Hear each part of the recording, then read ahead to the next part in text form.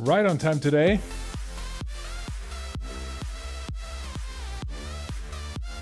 It's finally the day. How y'all doing?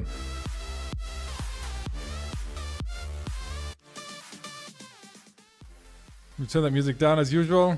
All right. Yes, it's finally OzTank Day. Mic check. That's right.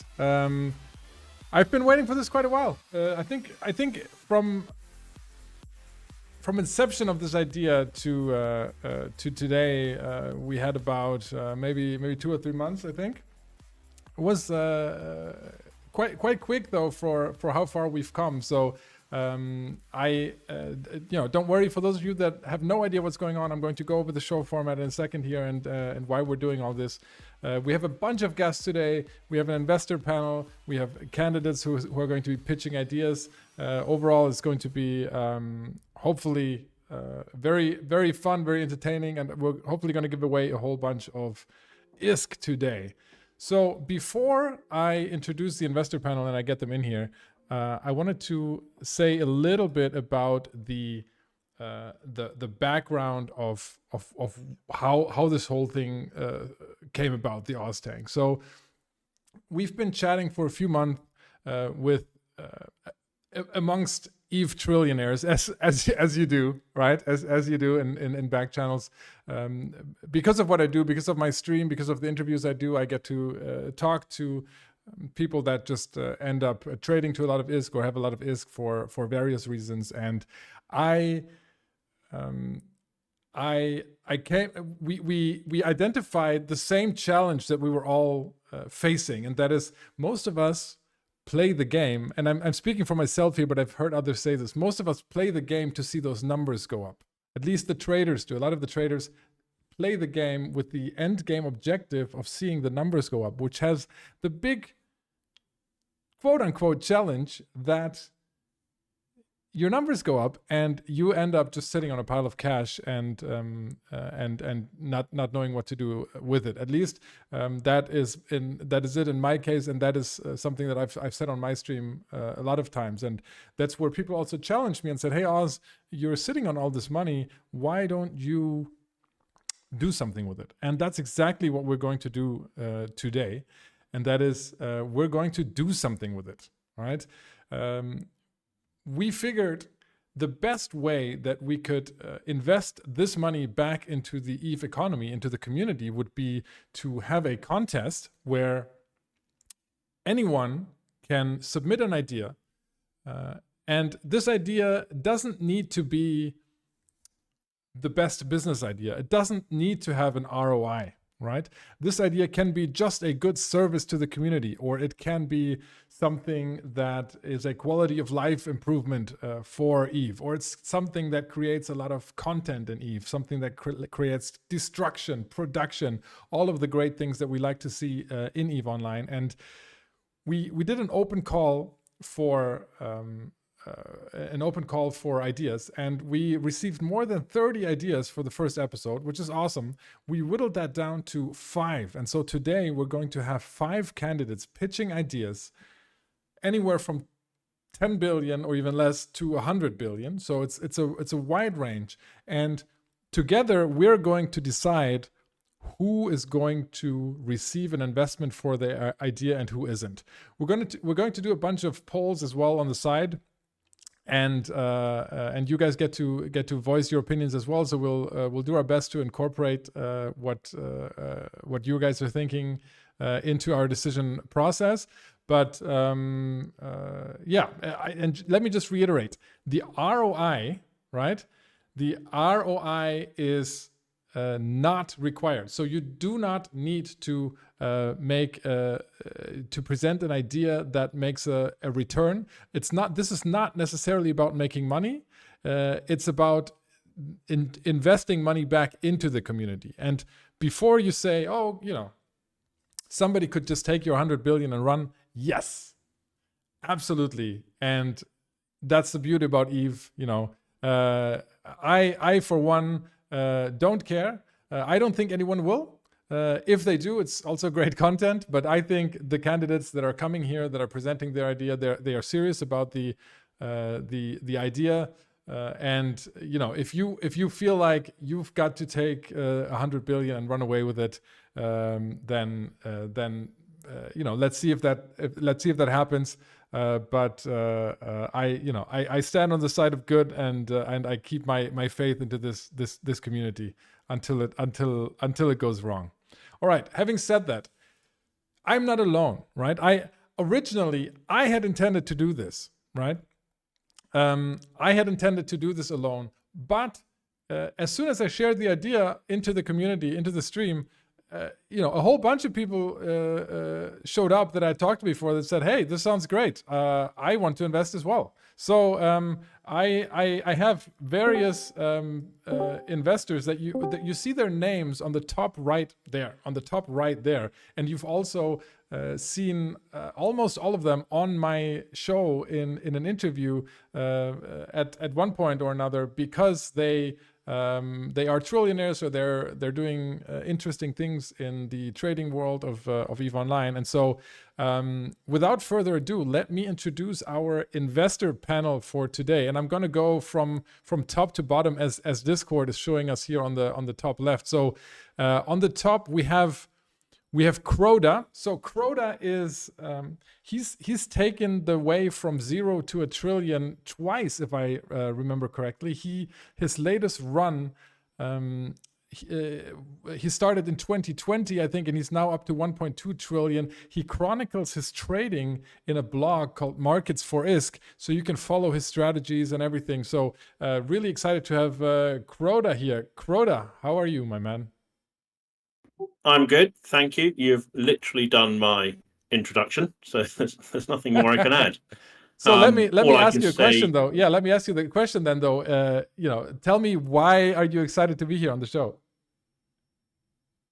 Well, I mean, the trouble is, what was the aim after getting 1 trillion? What was the aim after getting 1 trillion? Well, it was to get another trillion, and that was going to get very boring. So, I make 50 to 80 billion profit a month after Plex, all costs, etc. So I've taken the view, most of that should be given away one way or the other. And this is a great place to start, I think. Nice. Perfect. So welcome, Croda. Next up, we have Eden Trade. Eden Trade is I think he's well known in the EVE community, especially in the old days. If you followed any of the leaderboards of highest trades a day and highest trade profits a day, Eden Trade was always on there. He is I think he supplies somewhere between 15 to 20 market hubs.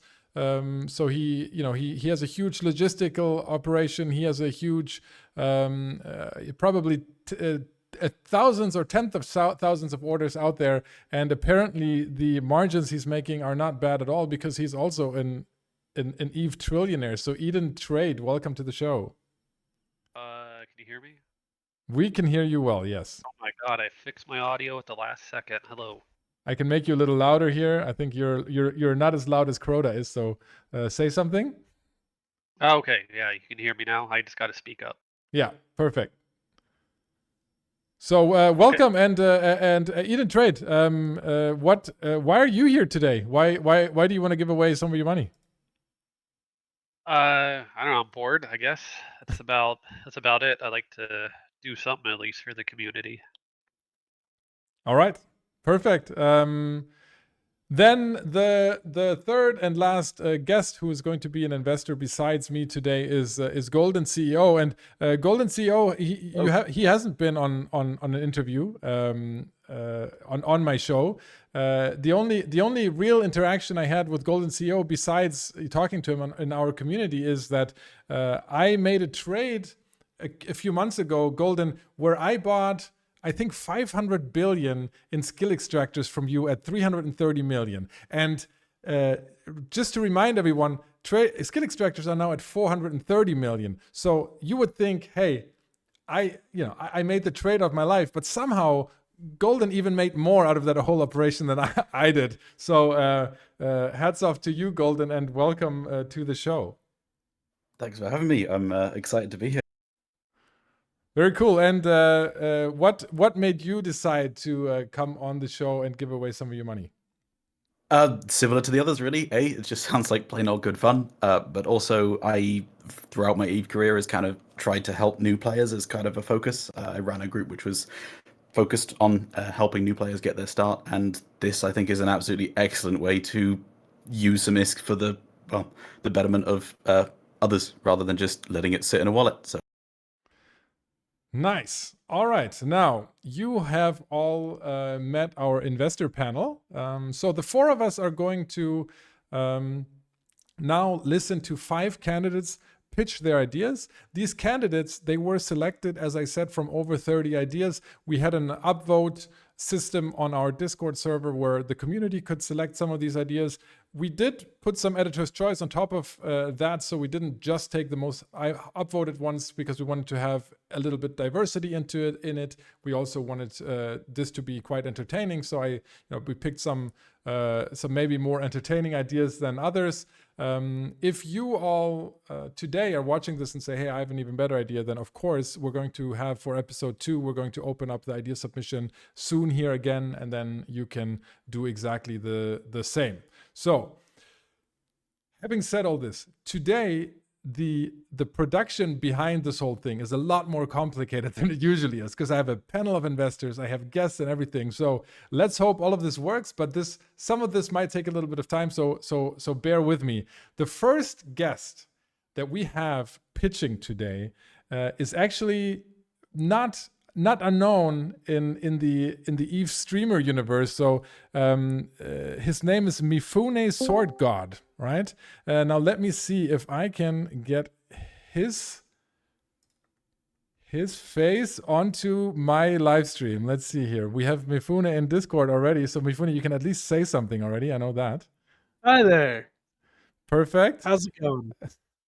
Perfect. And now I just have to do this, and then I think we can see you. Perfect. Wonderful. There you are on live stream. So Mifune, you're going to have 5 to 10 minutes to introduce yourself, your idea to the panel of investors, and then after that we're going to grill you a little bit, ask you some questions.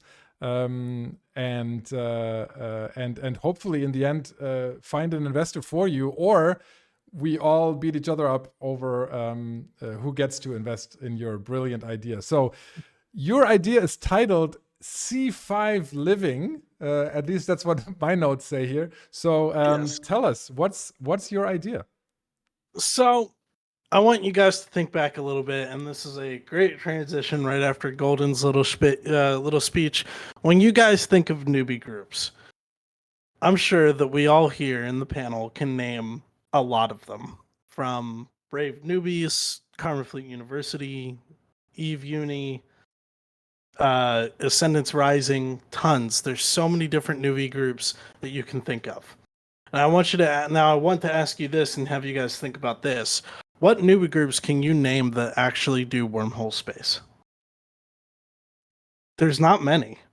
At least not as much as a bunch of the other groups. Brave has There's a Kitchen newbie. There's Kitchen Sinkhole, there's Spoopy Newbies, right? Yeah. The commonality between a lot of these wormhole newbie groups is that they live in very low class wormholes. Right. So the majority of them live out of the C1 through C3, possibly C4 space. Right. A lot of them live in these low-class wormholes. And for people who do not know wormholes that well, low-class wormholes means a lot less income. And sometimes, especially in the C1 to C2 space, those wormholes are making as much money as maybe a level 3 mission runner. Right. And that's if that's one person doing all of the different ratting sites all the time. And the C3 is kind of like, okay, but when you start looking at the high class wormholes, the C5s, the C6s of the universe, you hear about the big players. You know, you hear about Laserhawks, Hole Control, Turbofeed, all these big groups here. And when you look at those groups, unlike the nullsec big groups, wormhole space high class does not have feeder corps, so to say, right? There is no entry barrier for new players into high class wormhole living. And a lot of that is because of complications with the mechanics of wormhole space, and especially high class. For example, your average big C6 wormhole group is going to require anywhere between 20 and 40 million SP just to get in. And even when you just get in with that, you're still barely living off of what that kind of space has to offer. So one of the things that I've been wanting to do for a while, since I moved out of nullsec and into wormhole space, was that I wanted to build my own corp completely in this high class living space for newbies. And it's a massive undertaking because it is so difficult to do. You know, you have to be very peculiar in the ships that they rat in. You have to be very peculiar in the ships that they're flying in PvP, because no newbie is going to be able to afford, Pith A shield hardeners and everything when they first start coming out. So, in combination with my Alliance Turbo Feeder Glory, I want to build a corp that is focused on newbies between an SP of 5 to 10 million and work with them in groups, large numbers, smaller ships to make up for the expensive 7 bill paladins everybody else is ratting in. You know, that kind of thing. So at the moment, I have I have skill plans in line to get them into basic PvP ships and a couple of PvE ships that I haven't fully tested yet. I'm still in the middle of that, right?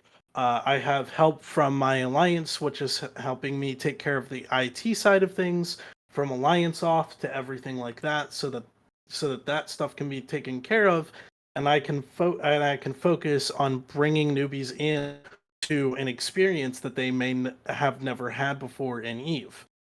You know, especially during that early stage of development of a new EVE player. You have CCP's new player experience pushing these newbies towards scanning, right? When you ask any new EVE player of the past 8 months, what do you do after you finish the air career? Oh, I have a Heron. I've been scanning. I've been venturing into C1 wormholes, right? But no group out there is capitalizing on that newbie effort to draw them into that gameplay style that they think they might enjoy. So that's kind of the must resist the urge to shoot your old courtmate beyond. Yes. So We'll say that's the idea. yeah, perfect. No, perfect.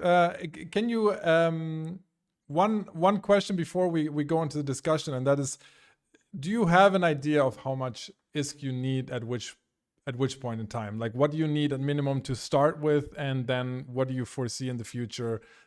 Maybe even as income, because we all know that 20 trillion blue loot comes out of C5, C6 wormholes. Right. So our initial startup cost that I'm looking at is somewhere in the 20 to 40 billion area, and that is simply to get our structure down, to start the corp. All of that, a little bit of that's going to go towards recruitment, things like recruitment ads. I am going to be paying a couple of other EVE players that do graphic design work, and I'm going to be paying them in ISK for some of their design work for recruitment ads and corp designs, stuff like that. So that's a lot of it. And then any money after that initial small startup cost, a lot of that money is going to be going into helping the newbies that do join. You know, somebody who's brand new, who is maybe only a week away from their first battleship. Okay, cool. Here's the money to go buy yourself a quick skill injector to do that. You know, kind of helping them out. Building an inventory too is another one of our early goals that we want to do with some startup ISK. Stocking wormhole logistics is very difficult. So having ships that I can seed into that Astra House is going to help newbies a lot, to where I can say, you know, it's okay, we got everything here on contract, just get a shuttle and go towards the entrance that's in this system, right? Instead of having them have to spend 4 or 5 days bringing their own stuff in, all of it's just here, and they can leave what they had in HiSec.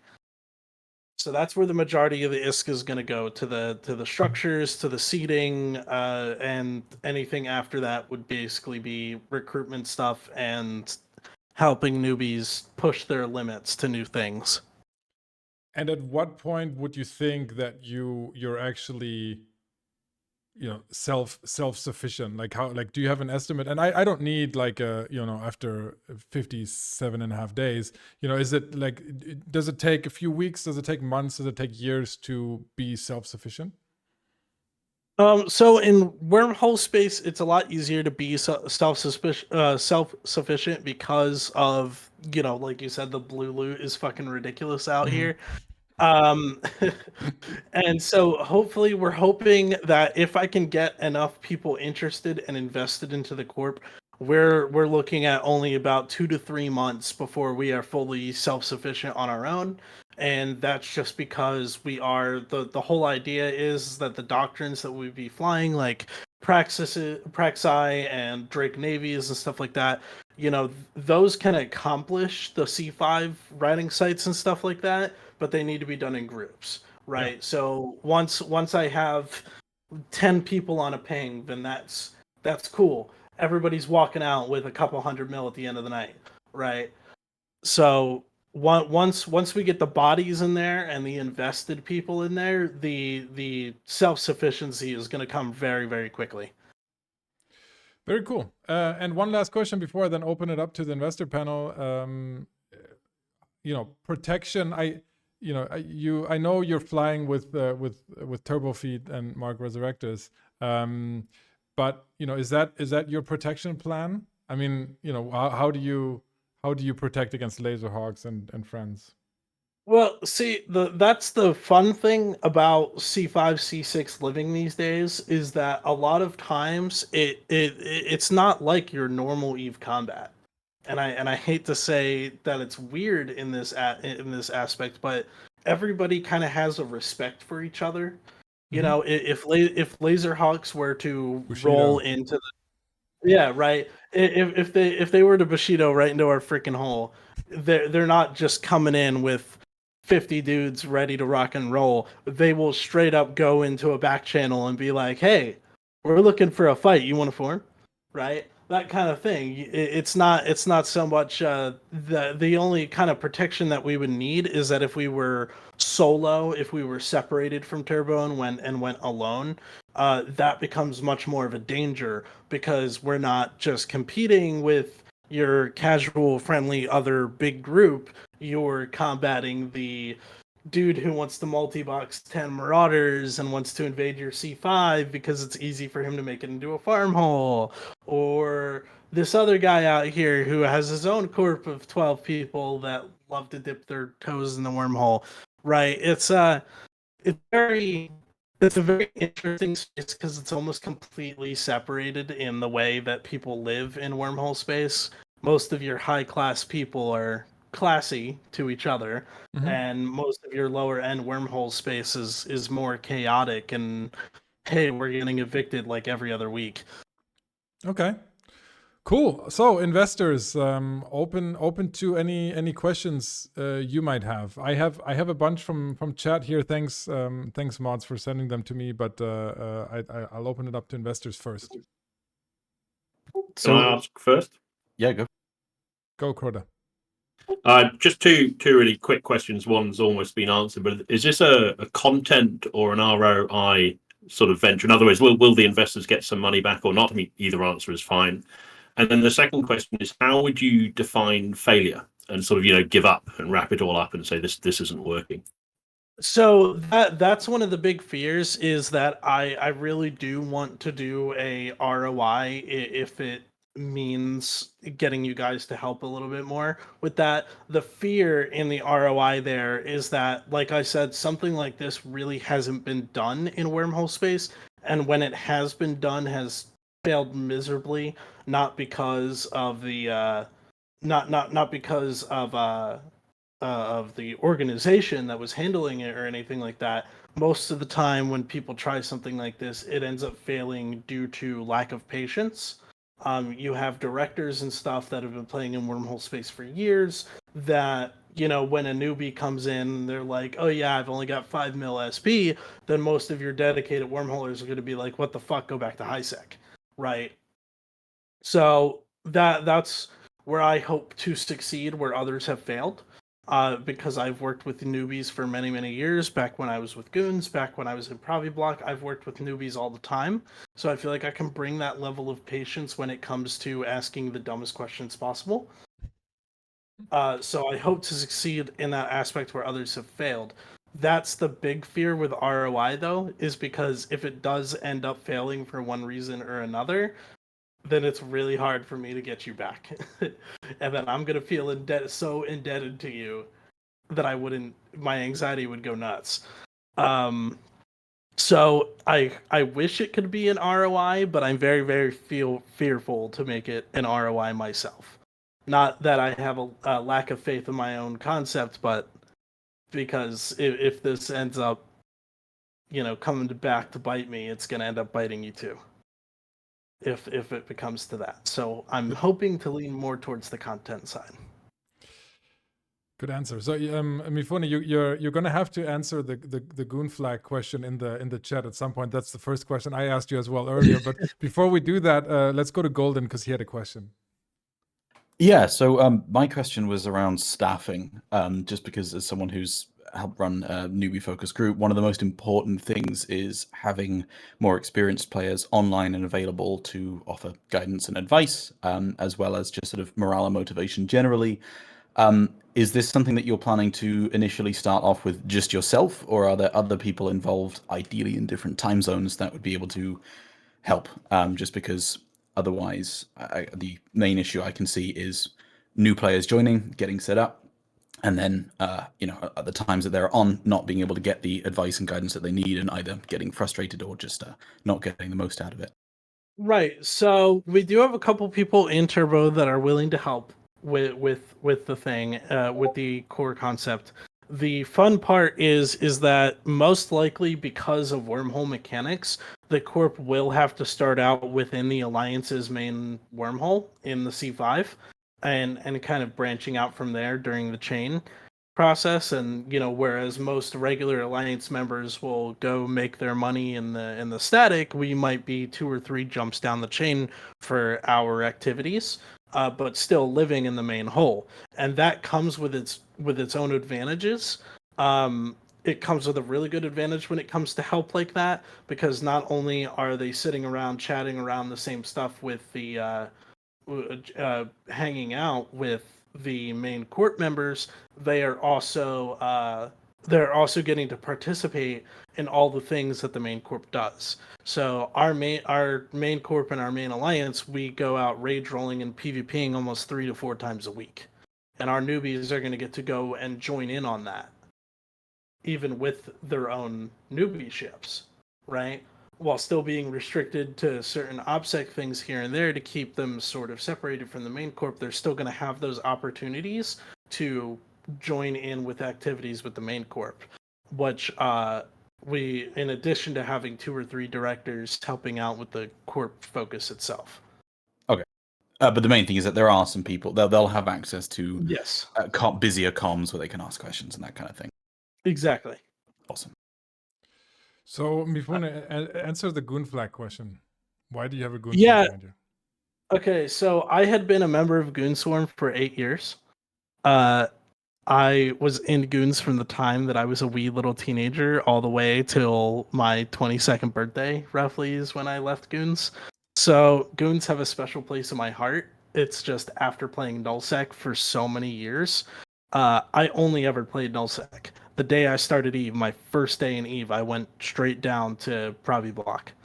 Right, I didn't even explore HighSec, I didn't even explore wormholes or LowSec, nothing, because I'm a generational player. My dad played EVE since 2003, and I played with him since 2016.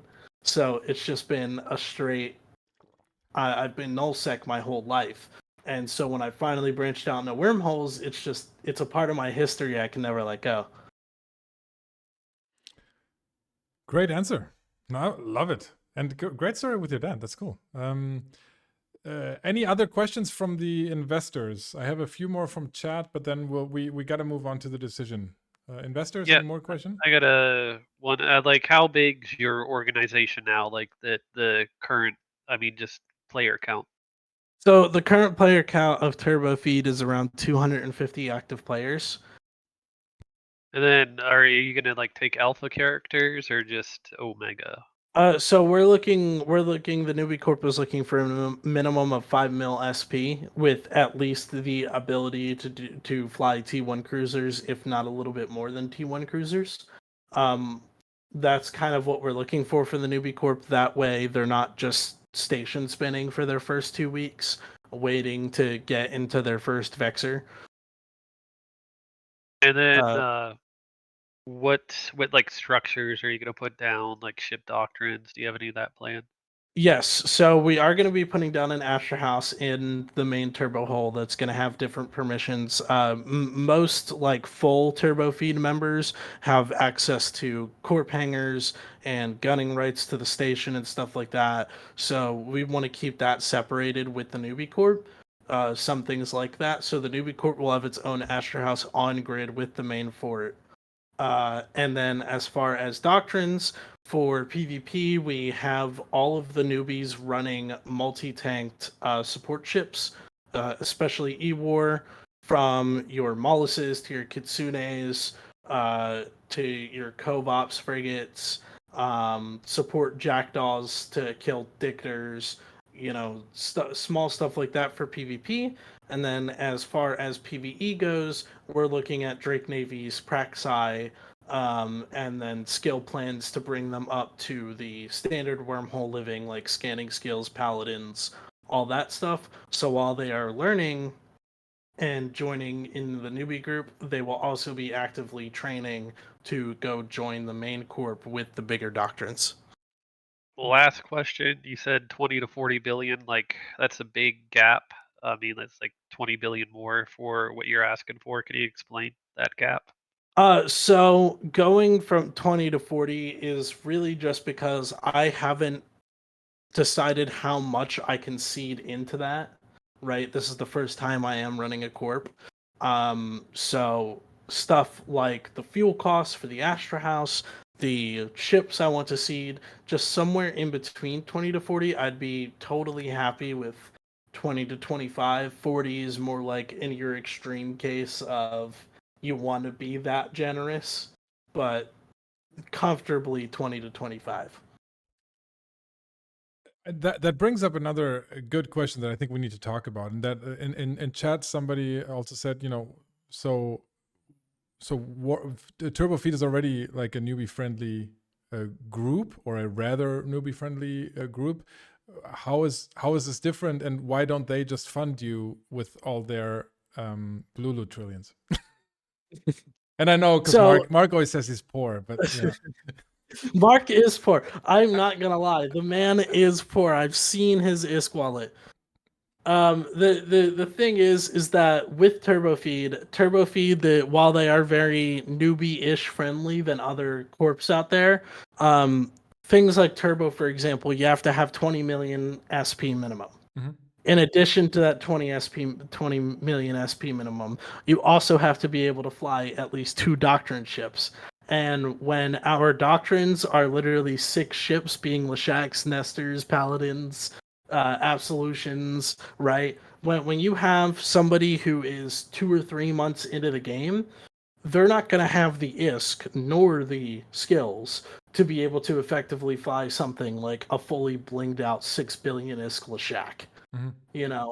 And for that reason, the turbo dudes would reject them from Corp. Even though they're new and we don't have any grievance against them being new, it's just that they don't meet that hard line requirement that the Corp needs, right? Whereas with my newbie Corp, I want to take that a step down from that and accept the people that only have 6-7 mil SP, that are more precisely trained into something like a Jackdaw rather than a Paladin, right? I really want to take those newer people and especially, hopefully, get them engaged within the high class, the real wormhole experience, if you want to put that in quotes, mm-hmm. without scaring them into something they're not ready for. So are you going to be then in the beginning sharing a hole with Turbo Feed, and then yes, looking to branch out later when you're there, or not branch out at all to your own hole? So we've thought about branching out into our own hole, and it's something that we've definitely looked at as a major possibility. The biggest challenge with that is that, I love Mark, I love Turbo. They're great dudes, and I want to be allied with them, if not living with them, right? Mhm. I still want to be partnered with them, even if we move to a different hole. The complication with that does become finding your own stuff, right? Mhm. If we, in the far future, if the corp's mega successful, then yes, definitely, my corp aspirations would go ridiculously high and be like, let's move to our own C5 and kick ass, right? Uh, but that is something that is way farther down the line than I'm looking at right now. Okay. That's more of a in 6 month question than right now question. And then my last question then, and then I think we can move to a decision. So you would look and train people to specifically then also make money from the hole, right? Is there enough sites? Is there enough gas, whatever activity there is besides the obvious PvP that you are going to go for and train people in? Is there enough there to share in the hole with them? Yeah, so here's the fun thing about wormhole space and static holes, right? The majority of actual wormhole groups barely crab in their own home hole, right? Like for a very long time in TurboFeed, for example, which is a huge example of this, we did not run our own home sites. Mark would actually run those home sites alone with one or two of the directors in dreads once a week, and all of that blue loot went straight towards the SRP cost Right. of the corp, right? That's why he's poor. We don't do Mark's poor because he doesn't like to crab. He hates it. But but that's the nice thing, right? When me as a regular old full line member who's been playing this game for years, when I want to make money, I roll the static hole and I go down the chain and I crab in somebody else's home who's offline right now. Mm-hmm. Mm-hmm. All Right. And that's what you do. So that's what we plan to do is to continue that roaching style of making money. And like I said earlier, as the main corp normally goes into the static and crabs there, I hope to bring the newbies 2 or 3 jumps out of that and crab in the subsequent C5. Okay, then I think that's enough. Unless investors, any last minute very important questions? One sort of last minute, fairly important, I think, question is: can you give a brief overview / breakdown of what that 20 to 40 billion is going to be going towards? Yes, so it's going to be going towards paying for the Astra House, the fuel. Like I said, this is my first time running a corp, so I've been looking into it, but I still haven't found out if there's some kind of in-game ISK sync for starting your own corp and stuff like that. It's going to go towards seeding the Astra House with all the stuff that the newbies could possibly need. Some of it's going to go to advertising and recruitment, getting the word out there that we exist and that we're here for people, and as well as possibly, with any leftover money with that, the buying of skill injectors as handout rewards to newbies so that they can advance. Good.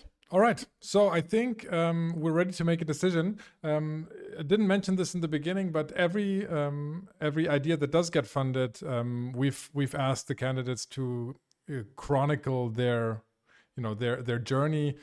So we if we do fund you, then it'd be great to see some videos, a blog, some interviews on our stream, whatever, to kind of follow along, because we like to see where the money is going. So I would say the way we'll do is I'll go top down to the investors and we just say yes or no. By the way, Mifune, we asked chat. Chat said 82% said yes, fund this idea. So you convinced chat at least. That's already good. And if we then if we have more than one investor, then I think the investors will discuss after the show how we'll split it up, just to not extend that discussion any further. So I'll start. Hey, this is the first idea. I like the way you presented it. I believe in your dream. I can feel that you really want this. I know some of the people you fly with, so for me it's a clear yes. Crota. Yep, I'm in. Do you want to say how much I'd be in for, or just Sure, yes? We'll do. Sure. How much you'd be in for? I mean, would I'd be cover in anything. I'd be in for 10 billion, and if necessary, I'm willing to take it up to the full 20, and I'll probably start a new account and join. Exactly. I was going to say, can I name the corp? Just kidding. We're very tied on names. It's a touchy subject between me and Mark trying to pick a name, because Mark always loves to meme names his corps. Like we have Conoco's child support payments as an alt corp. So that could be that could be where you're going to lose some of the investors, but that's where it's good to have backups. Eden Trade. Yes, but with like milestone payments and as needed for the IST, just because I see this as a long-term thing, not like it's going to happen in 1 month. Okay, that's a yes, but Golden. Yep, same for me. I think it's a great idea. I like it. More than happy to put some ISK behind it. I think it would be good to do it as milestone stuff so that we can sort of see how things are progressing and what it's going towards. But yeah, definitely yes. Nice. Mifune, I'll say you have your corp. You'll definitely have enough. We'll have some discussions on the details later. But thanks so much for stopping by, and can't wait to see what you do with the corp. And I think Crota and I will both join. Awesome! Can't wait to show you dudes wormhole space. It's great. Cool. All right. Thanks, Mifune, and we'll get the next person in here. Let's see if I can get this transition going here. There we go. Awesome. That was good. Love it. All right, we'll get Mifune out here. The next guy we have, I think, is Faruzan. Let me see. Faruzan. Faruzan, can you hear us?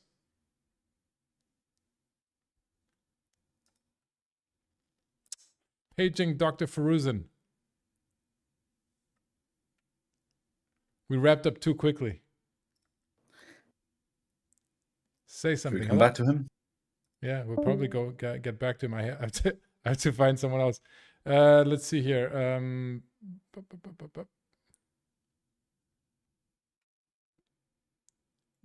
Let's see if Tony is there already. Tony, are you there? Tony, are you there?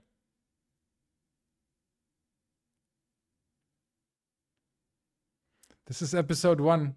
It's all going smooth. Yeah. Let's see here. We have somebody else here in the lobby. I don't know. It's like, have you ever heard the stories of the people who won the lottery but then didn't claim their ticket? Yeah, this is how that happens. Well, Tony is in a very late time zone. He already said so. That's yeah. Oh, okay, all right. So you're here. All right, Jiang. You are Faruzan, is that right? Jiang, we have you live. No. All right. Next time, I'm going to have to. I've kicked my own self out. All right, here we go. So do we have Tony there or Faruzan? Who wants to go next? I'm here, ready to go. Perfect. Tony is our candidate number 2. And Tony, you have a presentation to share. And so I'm going to actually flip the scene here. And we're going to turn on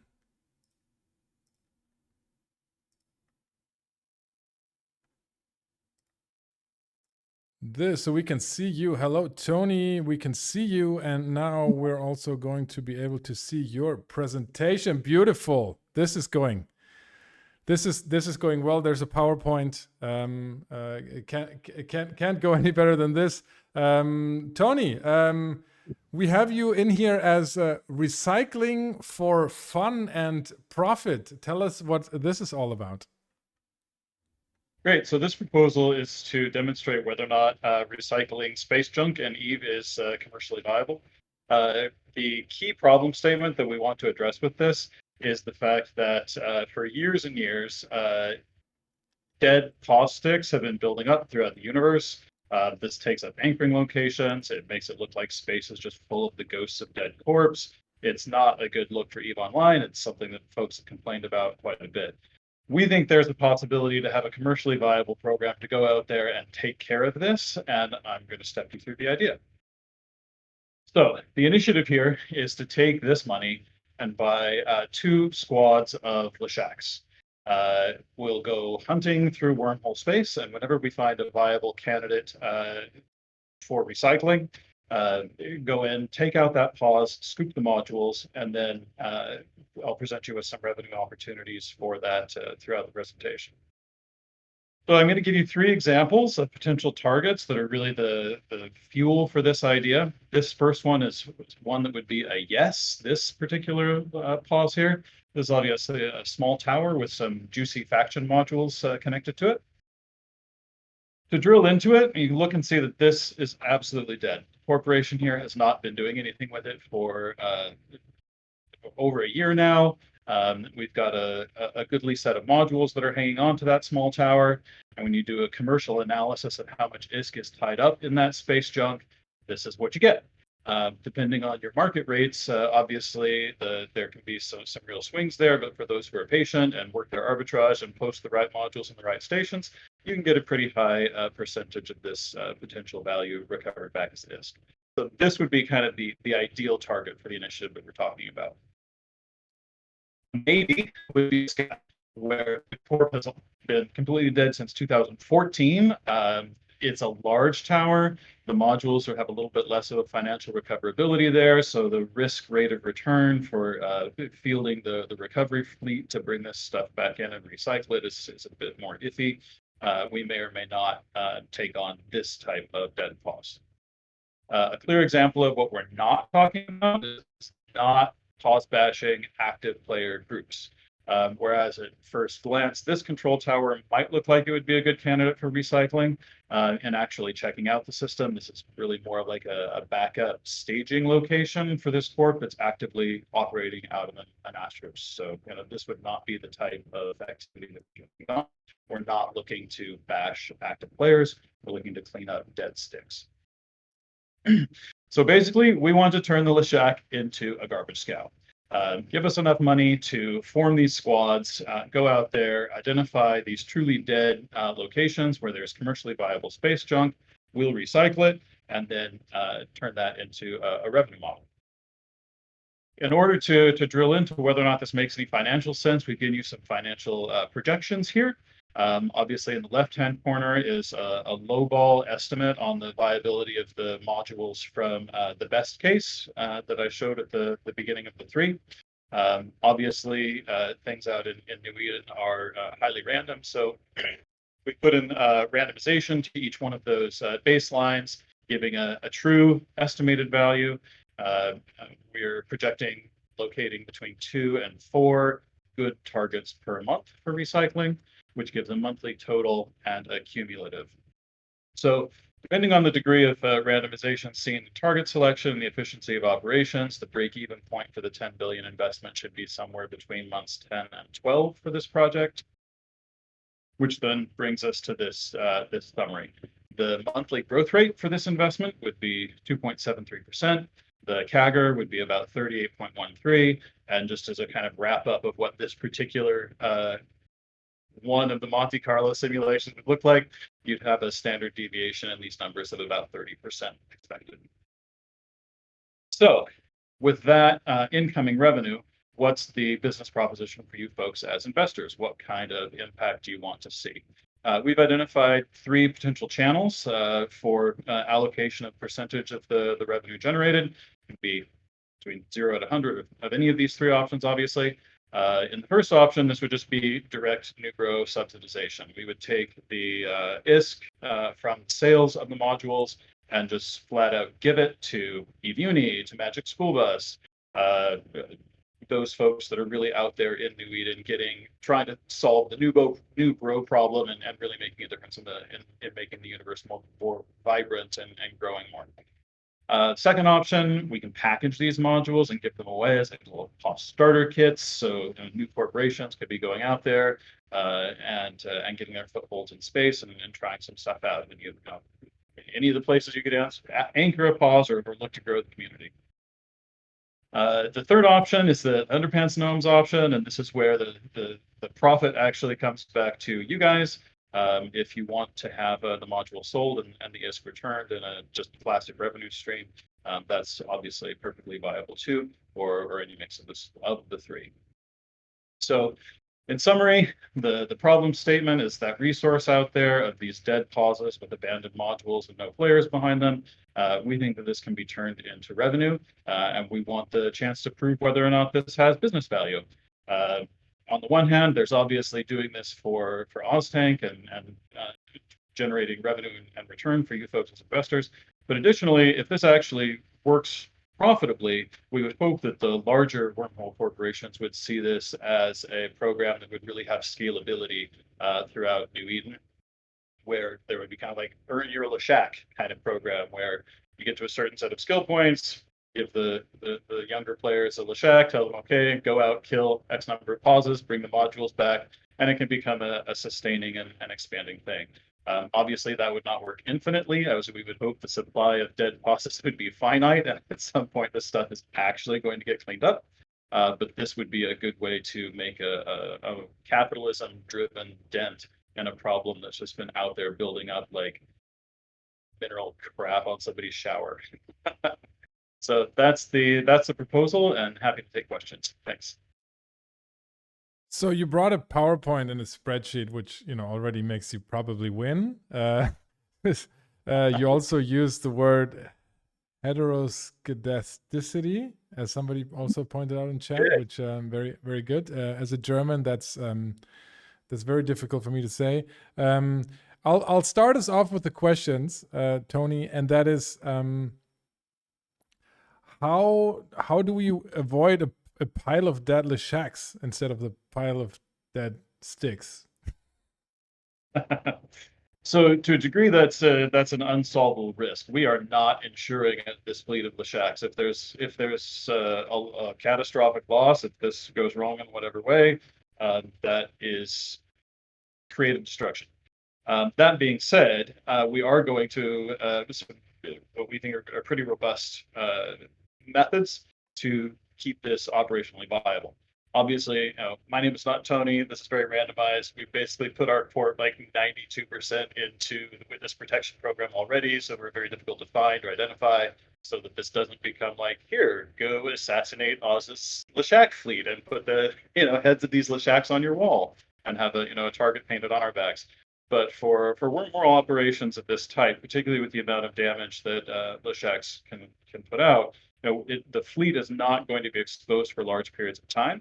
I can go further into the target selection modality that we're going to look at, but this would be very similar, for example, to like a Nomad's Tale Chlorokin type approach to wormhole living, where you sneak in, do a bunch of stuff, sneak out, occupants don't even know you're there, and you're able to do what you need to do on grid in the amount of time that you have.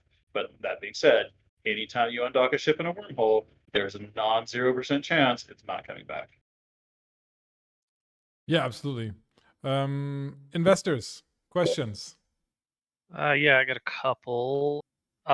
Is there even a market for POS mods, or are people even buying that stuff? Absolutely, and we have we can give additional data. But the first example that I showed in this, those types of modules tend to sell really well, as I indicated with the second example. And the pause sticks do actually still have a use in New Eden, commonly as fallback positions. For example, if you're under an eviction, or there's structure bashing going on in Wormhole.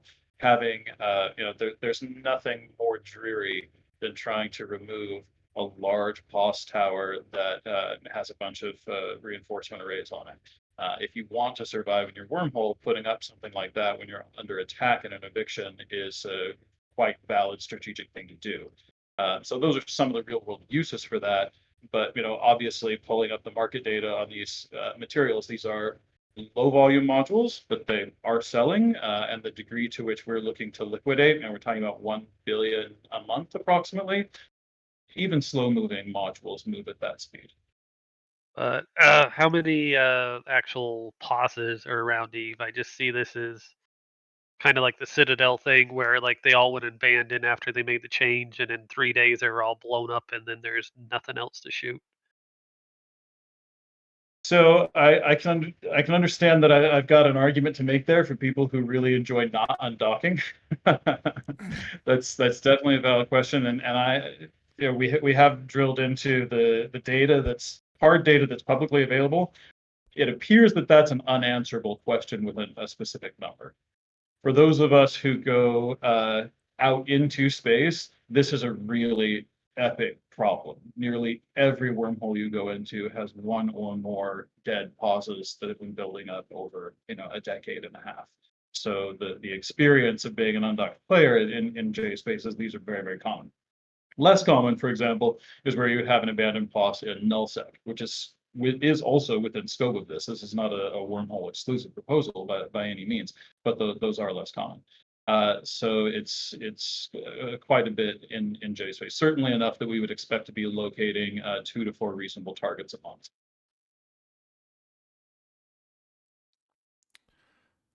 Good. Crota, Golden, any questions? Yeah, just a quick one from me. I mean, Tony, if you could get more than 10 billion today, is that something you would want, or would that just dilute the returns? In other words, sort of, is your business scalable, or is 10 billion really the ideal number? Absolutely. We do think that this is very scalable, and we put a lot of thought and discussion internally into what number we would come back with. Part of the reason why we did come back with 10 is to view this as kind of a Series A round funding type concept here, because our operational capacity as a corporation is significantly lower than what we see as the market opportunity to implement this, which is why we're looking to have this be a proof of concept that there is business viability to doing this. And then if 20 established wormhole corporations all decided this was a good idea and they wanted to do it to make money themselves, for us, that would be fantastic. We're not looking to corner that market. We want people to franchise this idea. So that's why we came back with the 10. That being said, this is given the distribution of resource here, it is a scalable idea. We could profitably employ 20 billion to field additional fleets and accelerate the rate of cleaning these up throughout New Eden. Brilliant, thanks. Golden? So, only question from me would basically be, because there was the graph showing, or the table showing the expected return over time. Do you have an idea in terms of how you're going to compensate the players that are actively doing this? I.e., what's in it for them? What is the sort of expected ISK per hour for the people that would be actually bashing the pauses, as well as just the returns from the modules? Well, that's where the title of this presentation is the area where you guys really get to profit. You're monetizing our annoyance. We are not putting money in our pockets in this. We hate these things. We're doing this because we hate them, and we want EVE Online to be a better gaming environment. So we're not skimming a commission off the revenue that's generated by harvesting these sites. But conceivably, if other forks decided to franchise this, they may in fact do that. Sounds good. All right. Any other questions? Are we ready to vote then? The chat poll gave you 85% yes, Tony. So that's good. That you had a good impact on chat. I saw a lot of good feedback here in chat about this being a good idea. Sounds fun. Leshaks are awesome. I have a stack of Leshaks. I think somewhere. Don't ask me why I have them, but I feel like they have your name written all over them. So let's vote. So for me, your question on, you had one slide on where does the money go. So I think that's going to be an important question, and it's probably going to be a condition based for the investment that you're getting. So for me, it's a yes. Definitely going to fund this. I'm happy to fund the whole thing, but I'll let the other investors say something about it. Like I wouldn't like I don't think it makes sense to put the profits back into something like EVE University or the Magic Bus.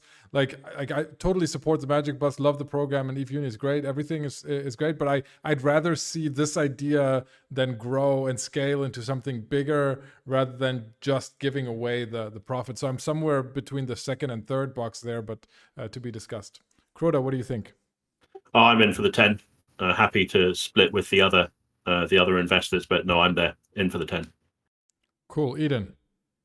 It's no for me. I just don't see like the longevity of it. I think they're just, once you kill them all, then we got to look at like other options. I would pay you 10 billion to do my FanFest presentation, though. That was pretty good. Ooh, I'm working on that too, Eden. Golden? You had me at heteroskedasticity and also gave me flashbacks to modeling stuff in R. So I'd say yes. Very good. So we have at least 3 investors. Tony, you're going to fund your idea.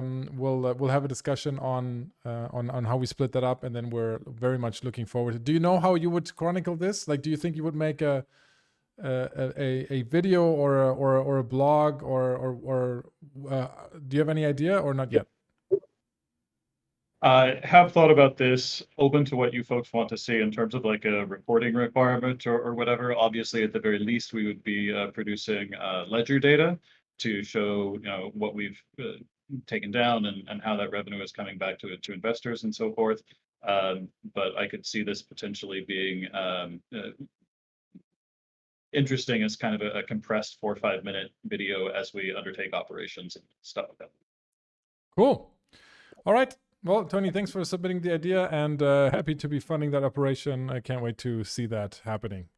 All right, we're moving on to our third candidate. We're moving on to our third candidate, and we're gonna try Faruzan again. Maybe this time I don't kick myself out of the channel. That obviously helps. So let me see here. Faruzan, I take it you were possibly muted earlier. Can you say something now? Hello. Yep. Ah. Can you hear me now? We can hear you now. Perfect. Now he's gone again. I don't know why we keep losing him. We keep losing you in that channel. I don't know what's going on. Faruzan, can you say something, and can you try to stay in the Now it channel should be- possibly? Yeah. Now it should be fine. Now you it should hear be fine. Great. All right. Perfect. Great to be here. Great to have you. Yes. And remind me real quick, do you have a presentation or not? Yes, I do. Yes, you do. Okay. Let me pull that up real quick. Video as well. Yep. Video as well. Okay, perfect. Here, look at this. We're going to pick. There you go. Oh, he's sitting outside. How cool is that? Nice. Oh, yeah. What is Very outside? cool. Yes. What time zone is that? Canada. Oh, Calgary. nice. That's perfect. All right. I am copying your presentation in here. Give me 1 second and we'll have it. Yep. Sure. No worries. While I do that, you can already start introducing yourself and start talking about the idea in general. All right. So just a quick minute, a quick second about me. So I'm an EVE Online veteran kind of thing. I started at 2012 properly. I've been playing on and off for 8 years, sometimes more, sometimes less. A lot of PvP, a lot of my own projects. I always came up with some crazy ideas to do some new corporation stuff. So I've been everywhere: wormholes, high sec, low sec, null sec with NC dot for a bit. So a nomad at heart, basically. And I think about a couple of years ago, I've seen a video from it was Wingspan, and he had this interesting idea of a bounty hunting system to be implemented in EVE, and it never got implemented by CCP. But I borrowed some of his ideas and thought about how to make this system work and how to turn it into a feasible project in the game without having CCP to introduce it into the game. So this is my idea. It's a bounty hunting system, fully player driven, based basically on Discord. It has a corporation going with it called Day One Shoot Dead, which is it's not necessary to interact with the corporation at all in the game. It's just a channel to receive bounties and organize a little bit of that stuff. But bounty hunters do not have to join this. So the idea is to have in-game and out-of-game system for placing bounties. This can be done through sending money directly to the corporation with a note or in-game email stating the target and all the information that you might want the hunter to have. And then small percentage of this bounty is taken by the corporation as a service fee or by the project generally as a service fee, and rest is added to a bounty pool for a given target. We will have a list of targets with the bounties on them, and then the targets will be hunted by our registered bounty hunters for a specific time period. The current plan is 14 days, so we do not over harass people, and we do not have any EULA problems by focused hunting and focused harassing. But it is all subject to change. And then the unclaimed bounty after the end of the hunting period is returned back to this original sender. Now, the bounty can be sent from any character in the game, so it can be anonymous, basically. You want someone to suffer, but you do not want to let him know that you were the one who caused his suffering, so you can do this anonymously. And from the perspective of the hunter, the hunters will be registering through a Discord channel, and the plan is that roughly every 14 days, or specifically every 14 days, I will take the list of the targets and the list of the hunters, and I will randomly assign hunters to targets. That is to avoid some of the common problems that have been happening with bounty system in the past. That you could create an alt and claim your own bounty, similar to what you can do with a kill rate. So they will be randomly matched. The hunters will be given all the information the client provides for the target, and then the hunters will be rewarded a large chunk of money for all the assets destroyed. So in the initial plan, it's something like 125% of the value of the target's asset destroyed by the hunter will be directly paid to the hunter immediately after the kill. When he posts it on a specific Discord channel, he'll get the money from the bounty pool. When the bounty pool is exhausted, the hunting ends, or the hunting ends in 14 days, or in some time period that we decided it's good. There will be a Discord rankings with the best bounty hunters being showcased for like all time and maybe a couple months back, so it's competitive throughout the whole life of the project. And there might be some other cool stuff we might implement, like bounty hunting teams. Some bounty hunters might, for example, want to team up to have a better chance in hunting a specific target. And then the reward will be split equally between these hunters in the team. No, and without any regard to who actually did like the killing blow or any damage to the target. Simply, you're part of the team. You will be paid evenly, whatever the actual members of the team do to have value, even if like gathering information and all that. So there will be some security and required, some OPSEC required for this project to work. One, from the perspective of the client, the bounties will be anonymous, as I already explained, and clients will not be given the name of the hunter that is hunting the target until the hunting is over. So they should not, they can place the bounty, but they will not be able to influence the actual hunting process in any way. On the hunter's side, the hunters will know the identities of other hunters. We will have Discord channels with registered hunters, so they will be able to chat and interact. But the hunters will be strongly encouraged to not disclose the identity of their active target, and that is, we will surely have spies if the project takes off well. So we do not want the targets to know that they are targets. We do not want them to hide for 14 days and then basically nullify any chance of us actually hunting them. And when we will have, and the random assignment of the targets to the hunters will ensure some of the problems with the existing bounty hunting systems implemented by CCP will be alleviated. And also, we want the reward to be as high as possible without incentivizing like hunter-client contact. So we don't want hunters to just message the target and let them know, okay, I'll kill you and I'll pay you back for your loss, and then we will split the additional reward 50-50, right? There will, of course, if the reward is very high, the hunters might be incentivized to do this. If it's reasonable, it'll not go through because people will not believe. You will not believe someone who says, "I'm going to kill you and then pay you back," unless it's very enticing. And the targets, the OPSEC regarding the targets will be they should not know they are targets.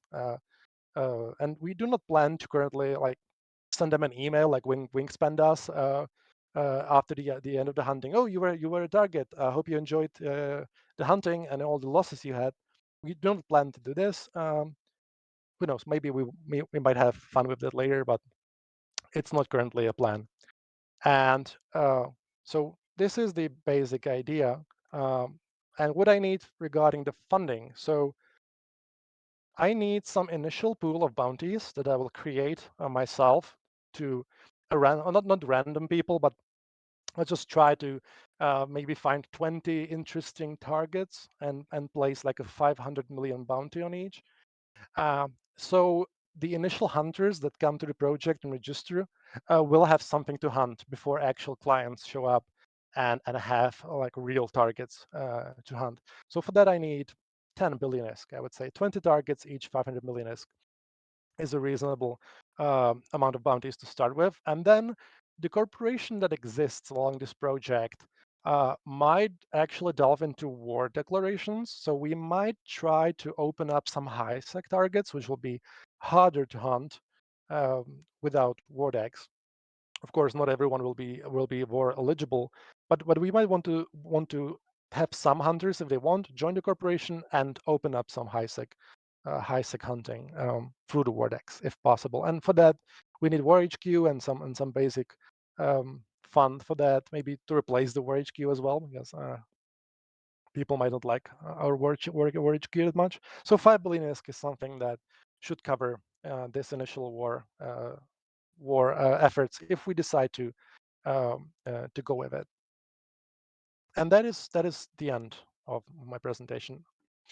Cool. Well, I mean, thanks for preparing that that presentation and that great introduction. I think this idea is a bit different for me than the other ones, because on the other ones I immediately knew what this was about, right? So for me, for someone who doesn't undock all that much, right? Surprisingly, I don't immediately. This is not a concept where I immediately go, yes, I understand why people would do this, and so I have some very basic, stupid questions about this. Sure. But before I do that, I'm going to pass the baton to some of the other investors, because maybe some of them just understand it better and they immediately can ask smart questions. So, any smart questions out there, investors? I have a few questions. The first one, not so much a question, but more an observation. Earlier on in the presentation, it said that the reward would be 125% of the destroyed value. That would absolutely need to change, just because otherwise, exactly what you said, you would try to avoid, where the hunter and the client would try and coordinate. That would just happen. If there's effectively a way for hunted targets to kind of sell something for over market value, then one thing I didn't mention is that it's excluding loot. So whatever drops will not be. So the reward will be the assets destroyed minus loot dropped. Right, if you but then if you that value's still there. So in theory, either the hunter or the Yeah. target could still So hold it. yes, so I was thinking about having it less than 100% to like guarantee this. But then I was thinking, who will actually believe a hunter if he comes and says, "Okay, I will kill you, I will pay you back, and give you a little bit extra"? Would you let yourself get killed? So I increased this value over 100% because I suspect that not everyone will be actually willing to have a deal like this. I think still, even if many people wouldn't believe that, the problem is that if this project did succeed, or if even just a individual bounty hunter had a good track record, then it would be more believable. And it's still That's true. the avenue for abuse is still there. That's So true. personally, So I think that it would. can be 95%. It's very much subject to change. Yeah.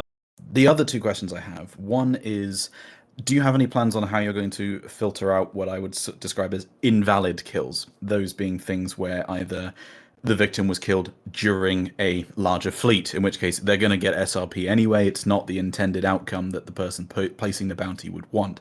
Or situations where the person that got killed had, probably deliberately, I imagine, if they were doing this, an item which was heavily mispriced. That's something which people have done to manipulate kill mail values in the past. Using an officer module that they've manipulated the price on or something like that. Do you have a plan for how you're going to validate kills? Yeah. So the overpriced item, the as the loot is excluded, the overpriced item would be excluded from the reward. So the hunter will not get reward for that. And if it dropped, if it didn't drop, yeah, it would. I can always go and check, or the administrators, if I get someone on board, will be just go and check the actual values of some of maybe suspicious loot. But again, I would count on that not being that often a problem. But sure, some like double checking of the values destroyed, not just taking a kill board number as a guarantee right away, might be necessary. Okay. And then regarding the killing maybe in a fleet fight. So first, the reward will be only given to a hunter when he is on the kill mail, or his alt that he lets us know about beforehand is on a kill mail. And if it's a fleet fight, yeah, that's something to consider. Definitely, we can maybe set like a percentage damage dealt or something as a minimum requirement for the bounty. Like the bounty hunter from our project must do at least 50% of the damage done to the target to be eligible for the reward. Something like this might be implemented to prevent this, like,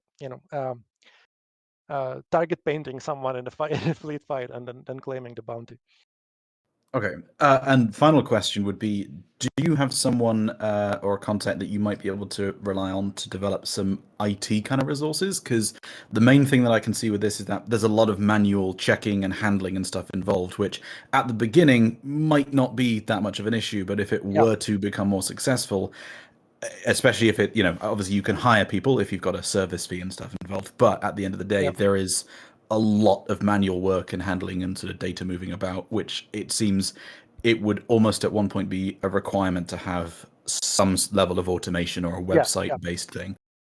Absolutely, yeah. So initially, as you said, it shouldn't be that much of a problem. Also, the hunting goes for 14 days, and the incitement of targets and hunters is done once per 14 days. So I plan to have it on Sundays. So it will not be a problem initially, but yeah, we will need to think about something. So you can use simple Google Forms to have like a check-in system that the active hunters will check in every, like, throughout the 2 weeks that they're available for the next hunting period. So we'll have a list of active hunters who are available, not just hunters registered.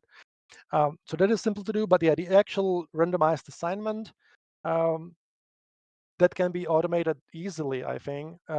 One thing which will be less and which will be harder to automate is accepting the bounties and creating a database of targets from like an in-game in-game transaction, basically. So I'm thinking about also with some help of ChatGPT and some stuff and things like this to maybe try and implement some Discord bot myself that'll draw from ETH from ETH API, or as you say, I will, if it really takes off, I will have to definitely get someone aboard who will be able to implement some of these IT background. And the fees that we take from the bounties, which might be maybe like 5 to 10%, might be used for this. And a question from chat. So this is a content idea only, right? No ROI. Sorry? There's no return on investment for the investors. We just invest the 15 billion and that's it, right? Well, depends on if it takes off, and if we have clients that'll come and deposit the bounty. The money we obtain from the fees may be used to pay back the investment, definitely. And hunters are allowed to like fleet up like their friends to like go and kill these people. Well, depends if we agree to have some sort of damage damage threshold that the hunter must meet to be eligible for the reward. I think yes, they can have friends come over if they go by all the rules that we have, and get the kill with their friends. I mean, the target still suffers a loss that the client ordered, so we're fine with that. And then these are like targets that people are putting in, not just random Yes. characters that you're grabbing. The random characters will the initial maybe 20 bounties for like the first hunting periods will be semi-random to get the bounty hunting systems started, but then ideally we want clients to come and give us money to hunt specific their target that they want dead. And then if the target is dead and the hunter maybe passed like 25% damage threshold on the target, he will be given the money even if he had friends outside of the project helping him. And then I know this is probably 1 in a million thing that would ever happen, but what happens if one of the targets are in a Titan or capital ship, and then you have to pay that out? The bounty will be always limited by the bounty pool. So the client will come and he will maybe deposit a 1 billion bounty on a guy who mines in his orca his ice belt and that he hates that. So we will only pay the hunter up to the maximum bounty pool that is on the target. So if we take 5% fee, the target will have 950 million bounty on him, and then the hunter maybe suspect baits the orca in HiSec, kills it, and then because the value of the orca is higher than the actual bounty pool, which is 950 million, the bounty hunter will get the full 950 million ISK, and the bounty hunting ends for this target. All right. And then speaking on that, so you could use this in HiSec. Like, I just don't like these guys mining in my system. I'm going to put a target on them, and they just Yeah. get ganked, something like that. So it'll be harder to hunt targets in HiSec. You can suicide gank, and it'll be more profitable for you with the bounty. So things which might not be feasibly suicide ganked might be now feasibly suicide ganked with the bounty. Suspect baiting is a thing. You can also contact the guy and maybe lure him to a wormhole exit or something, and have him jump through and kill him. So there will be some sort of like spy, like espionage kind of work involved as well, if people want to hunt targets which are not valid targets or which are not easily killable in the game, depending on where they live and what they do. I mean, and I can see, like, if I was in nullsec, I would probably use this service to kill all my alliance mates that are mining in my belt to get rid of them. You can And do leave that, me alive. and we will do it. We will definitely kill all these guys for you, or the hunters will register to the project. Well, Crota, any questions? None from me, Oz. None from me. Okay, so I think we're ready for a decision then.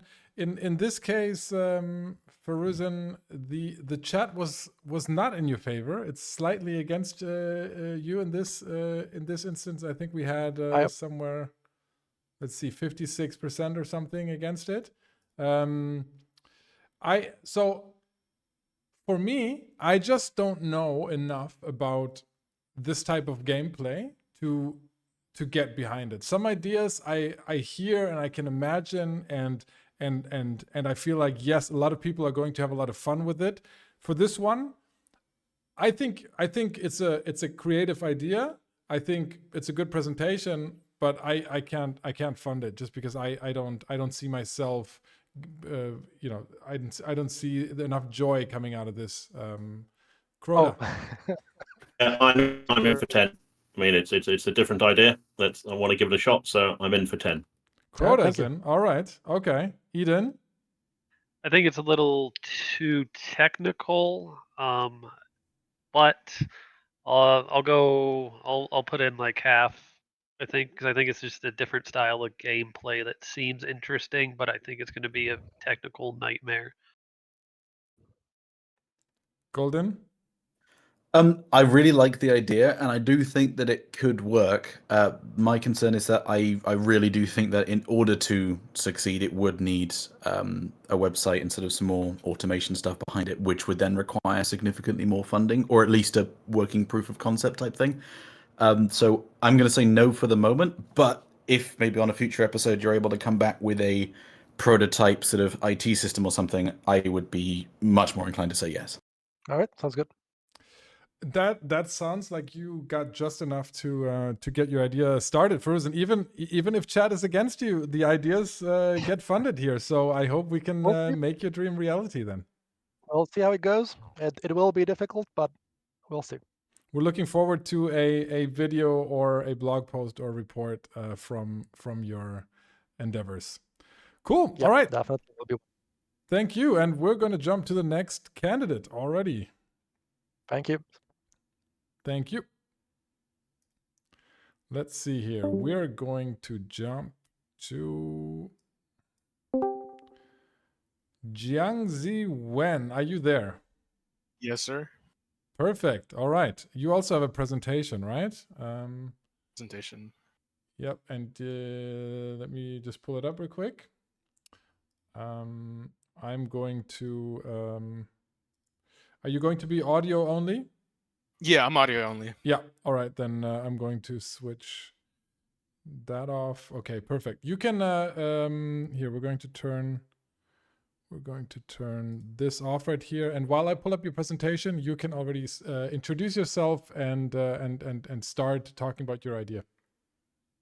Yeah, for sure. So my name is Jang. I'm a small gang PvPer, and my idea for this episode is an EVE Online music contest, which is, pretty self-explanatory, I'd imagine. My vision is, a contest where people can submit parodies and original music for chance at winning a huge ISK prize. So I'm gonna wait for the slideshow to come up because Yep. help me frame my thoughts a little I'm bit almost more. there.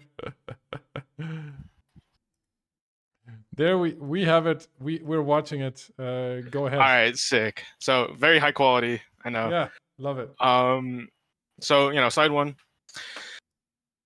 music good, right?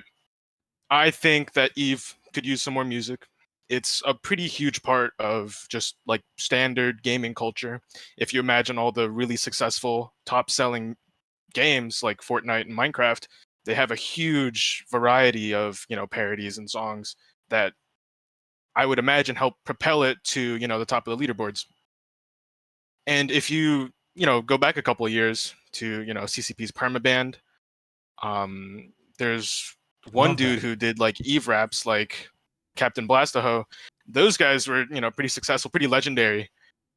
I think that it's time to sort of get the greater body of the community in on the action. EVE is a pretty old game, right? People aren't here for the fantastic graphics or anything, but the reason that we still have a community today is because of the passion of the players, right? It's just a huge collective effort to kind of make the game how we want to play it. And I think this is a good opportunity to sort of tap into it and give people the incentive to create something that they're proud of and something that they can show, the people around them. Which brings me to my next slide, music-wide audience, right? So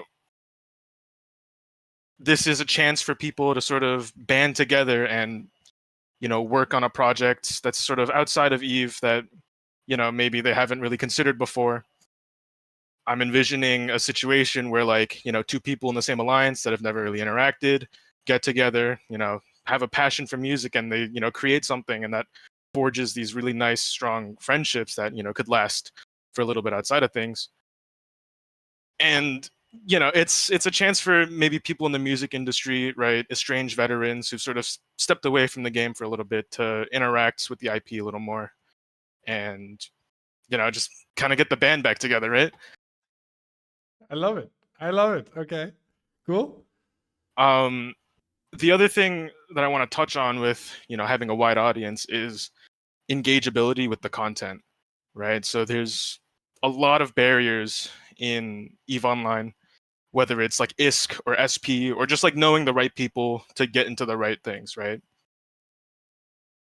When I was a noob, and I still kind of am pretty low SP, low ISK, I didn't really have much opportunities. There's just like either mine rocks and high sec or go into some null block and press F1 all day. And I think that this is sort of something that everyone can engage with, right? Any new players, anybody that maybe not good at PvP or maybe don't even care for PvP at all, right? There's at least one like video submission contest that's happening right now. If anybody's familiar with Bringing Solo Back, they have this sort of like meta shift style where you submit frag videos and you have a chance at winning some Plex or a Besla. And I really like the idea. It's just sometimes that's not for everybody, right? And I wanted to give something to sort of be able to include people that might not necessarily have the opportunity. And the other thing is, when you're not an EVE player, right, you don't really care about these make a build guides on YouTube. You might not even really care about like the lore or like this sort of geopolitical thing that's happening that people that have been playing the game for a long time might care about. But if you hear a good song, right, if you see something you like, then that might allow you to engage a little more with the content. Which my last slide, or my second to last slide, is we need money, because making music is a really big time investment, right? You're putting yourself out there, and there's just going to be a lot of things going into a lot of moving parts. And what this means is we have to have enough money to incentivize people to actually do it, right? If it's just 5-10 bill, nobody's going to really put a lot of time into a lot of effort. And, we might have a troll or two slip through, which, is fine, but we want to at least have a couple of genuine submissions here. So, yeah, the ISK probably won't be needed until the very end, just by the nature of like a direct handoff between you, the investors, and people, the winners. Maybe it would be nice to have you guys judge the videos as well if you're interested. Love it. Cool. Is that it? No. No, I just have There's one more. last slide Wait, of there's more requirements, which is it has to be EVE related, obviously. I'd like it to be more than 30 seconds in length, just because we want to filter out a lot of not genuine submissions here. So low effort stuff I kind of want to just avoid. Obviously this can be tweaked. That's not like set in stone at all. I'd also like it to be public domain, just so people who are making frag videos and other similar content can put a song rapping about their favorite ship in the background, right?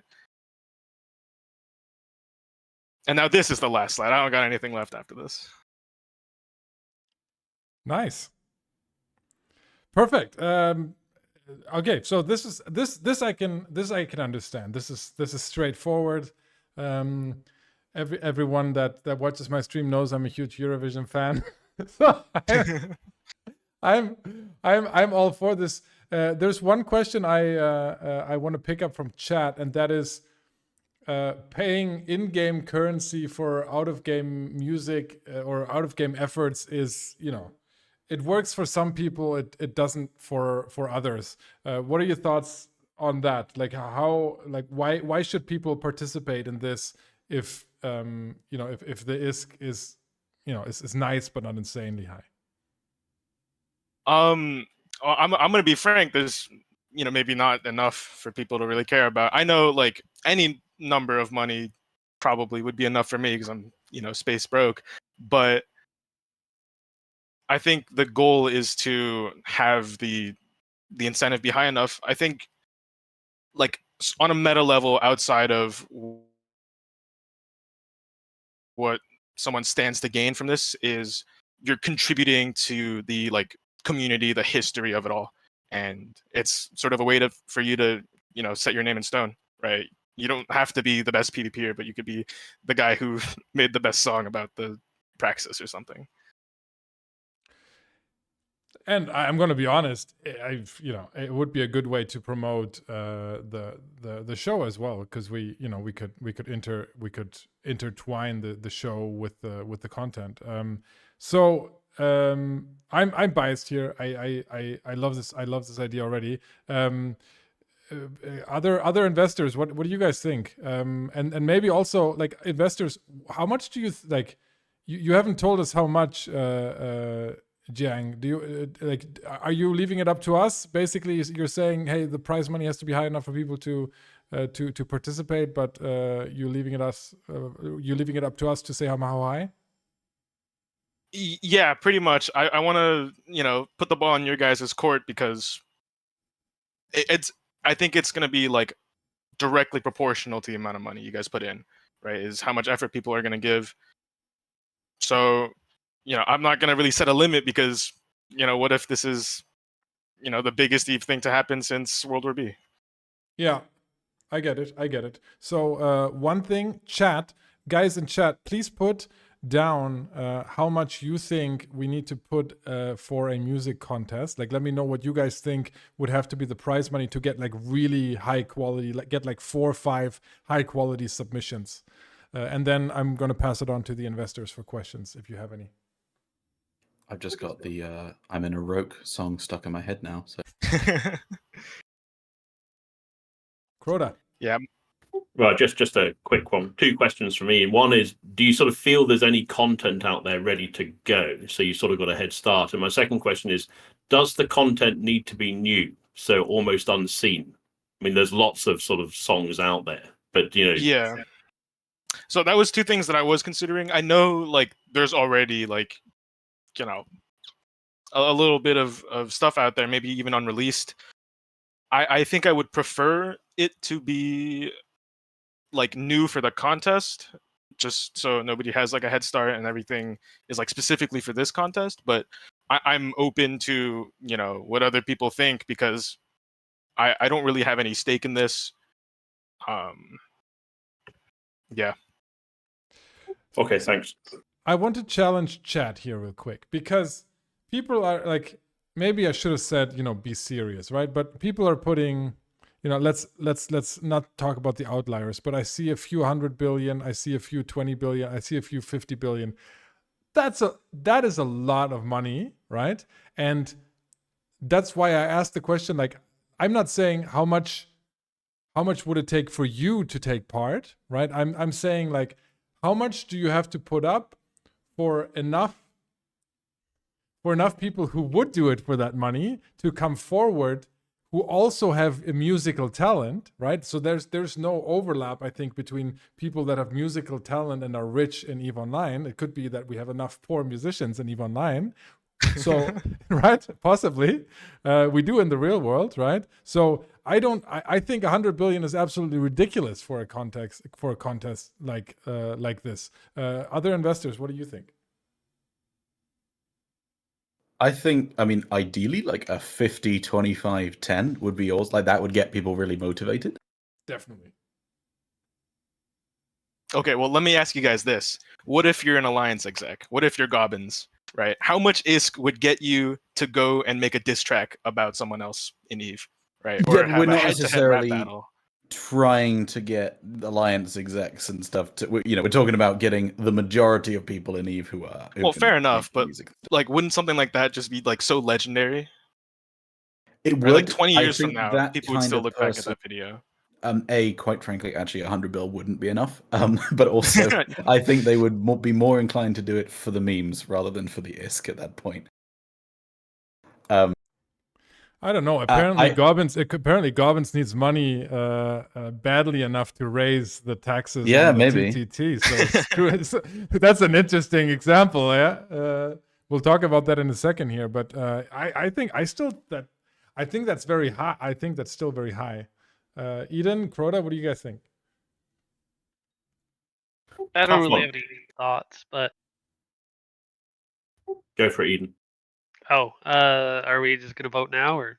No, just like how high, because we need to like agree on how on a ballpark here on what we're going to throw in for support, because I think it's going to be a difference. 10 billion or 50 billion on this idea is going to be different, because this is purely just, you know. I mean, if Just for it's fun. like a celebrity like Gobbins or somebody, it should probably be higher, you know. But so I don't have too many thoughts on it though. Okay. I don't think we should be focusing on trying to get celebrity players to be making music. No. I don't think that's the aim. No, I think I want talented musicians, right? That's, I mean, Yeah. there's got to be talented musicians out there that that just need to be a little bit motivated, right? So I personally, I don't think we need 50 billion to get those players motivated. I mean, if you're thinking about, you know, like let's say you know, like 50 billion is more than a year's worth of Omega, right? Easy, right? So if you think about, if somebody that is just playing, a regular EVE player who's a talented musician, if you could entice him or her with, you know, 6 months worth of Omega, they might, you know, sit down for a day or two and put a song together, right? I think 14 bill is a year Omega. Yes, that's right. Yeah, I think in this case, I'm sort of like separating the actual like monetary value of everything, because I think what's going to be better for, you know, traction is to just get the community involved, right? Mhm. And the easiest way to do that is to, you know, have some lofty number for people to look at. But, you know, if everybody's like talking about it, then, you know, we'll get somewhere. Yes. Okay. Do we have any more questions from chat or from the investors?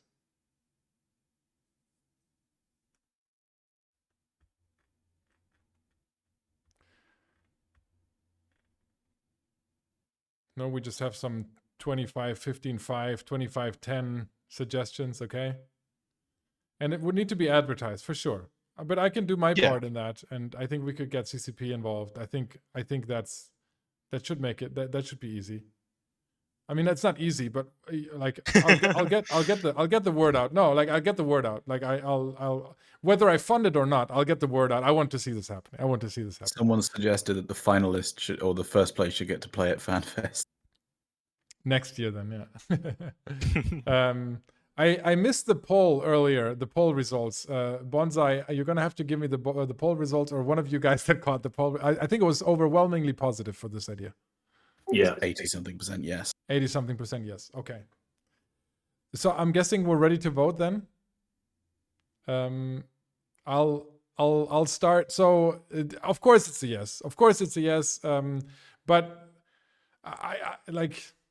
I'm not ready to throw 50 billion at this, because I don't think it's necessary. I would like to see, you know, the quality of submissions with like a good amount of money. So I'd say I'll throw in 5 billion. And we'll see how high we go with the other investors. Crota. I'm in for 10. And I'll just give it straight away. Don't need to see the quality. Just really interested to see this happen. All right, it's going to be a good contest. Futility in chat says you get what you pay for, Oz. That hurts, man. That hurts. I you know, yes, you're right. You're probably. I'm going to just have my. You're going to guilt me into this. Eden. I'm just not a big music person. I take cinematics. I mean, Okay. music's on when I'm in the car, but that's it. But I will, if somebody does like sort of a song or something on market trading, I'll do like 500 plex for them, or maybe a little bit more, whatever's decided on. so I can throw that on when I start logging in my market characters. Okay, so we won't register as an initial investor, Eden, but we'll when we see the results, we'll see if you pitch in for the top prize. Golden. I'll happily put 10 in. Yeah. All right, so we have 25. Jiang, I'd say you've got yourself a music contest with at least. I would also say, yeah, if there's like one that gets submitted that just happens to be absolutely excellent, I'll give him 25 bills. Nice. Okay. So, Jiang, here's my suggestion. All right. So we're going to have a very, very nice contest. I would like to have let's have a special OzTank episode where we show all the selection and the investors get to be the jury, and we'll rope in chat as well, just like we did today. How about that? Yeah, for sure. That sounds excellent. Perfect. All right. Nice. We're going to have an Eve music contest. Jiang, thank you so much for submitting that idea. And we're going to move to the last idea of the day. Thank you, guys. All right. This is, I mean, I hope you guys are having as much fun as I am, because this is going exactly how I was hoping it would. We had a great mix of ideas. And overall, I think very happy that all of these ideas are getting funded. Oh, Bonsai is pinging me. The poll was 80% yes for him. So hell yeah. The last idea that we're going to talk about today is a little bit special. Let me turn this off. So the last idea comes from one of our investors. Interestingly enough, Golden, you submitted an idea that I'm going to let you present in a second here. But my number one question is going to be, and I think for all of chat also, is going to be, if you're already that rich, right? And I've seen at least in part how rich you are, then why the hell do you need additional investors, right? And so that's going to be the main question that I expect you to answer here. So let me pull up your presentation. Mm-hmm. All right, the Perpetual Free Market Coalition. What is this about, Golden? So, it is my belief that nullsec alliances should not be reaping enormous amounts of ISK from trading tax revenue in HiSec with basically nothing that anyone else can do to counter it. Hell yeah. Just kidding. I also just believe in general that players should have access to as low a tax rate for trading as possible. And until very recently, in Perimeter stood the TTT, or Tranquility Trading Tower. For those watching that might not know, hopefully everyone does, but why this was significant, it was a HiSec keepstar owned by a group called the TTC, or Tranquility Trading Corporation, or Coalition, which provided lower tax rates for trading than GT44 itself. As a result, it kind of became the main trading hub for trading Plex, skill extractors, and injectors in particular, but also a large volume of many other items. The TTT broker's fee rate was set to the minimum that the game allowed at the time, which was 1%, compared to the 1.5% that you can get in Jita if you have max skills.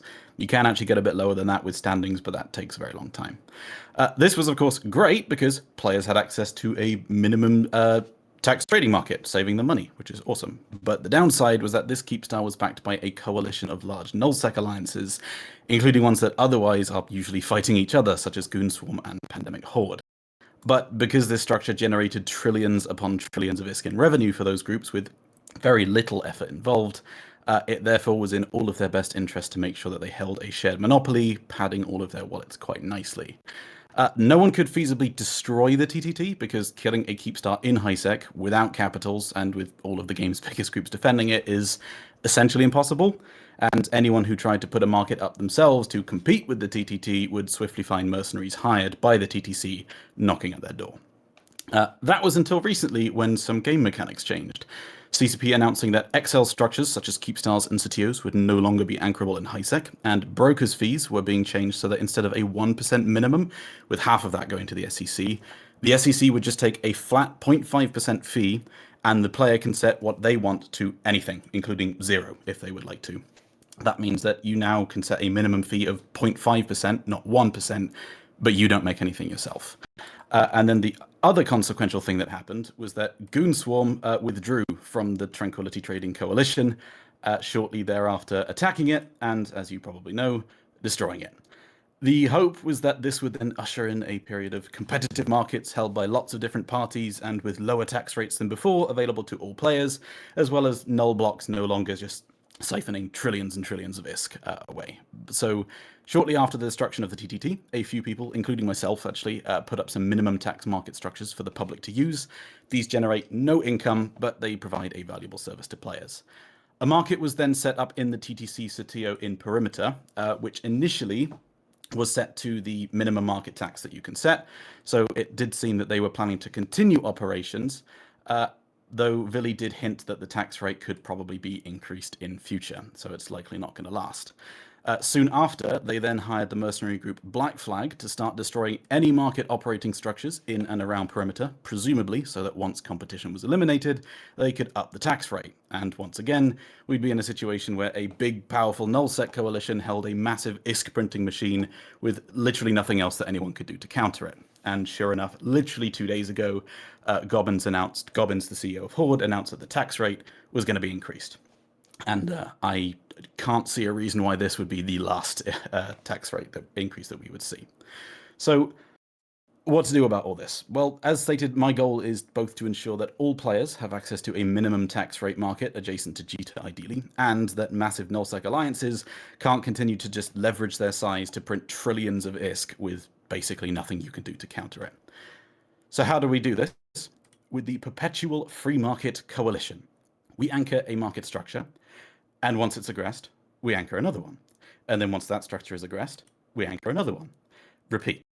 So we make sure that even if Horde, Fraternity, or Black Flag always attack competing structures, there is at least one up and available to players at all times. One goes up before the last one is destroyed. This means that there will always be a lower tax market available to players than the TTC, unless the TTC restores their tax to the minimum figure, or indeed if Goonswarm succeeds in destroying the remaining TTC structures, which they plan to start doing tomorrow. As for the mechanics of this plan, here's a few more details. So each structure will be anchored under a new corporation, so that the aggressors need to declare war on that corporation every time a new structure pops up, and they have to wait 24 hours before attacking. Once they strip the shields, there's also at least a 24-hour waiting period before the armor layer can be attacked, which is when the services go offline. And by the time that hour comes by, there will also be a new structure up and running anyway. And there's also a few ways using some structure and war mechanics that we can actually extend this time by quite a bit, but it's probably best not to talk about those publicly just yet. This means that even if each market is... This means that, yeah, even if each market is attacked immediately, it should be around for about 48 hours, possibly longer if there are any delays in the attacker's war decking or attacking it itself. So, or if any groups offer assistance with the defense. This plan basically creates an uncounterable system whereby minimum tax markets will always be available, no matter what, and people will always have an alternative to the null block controlled markets. This will not generate a return for investors.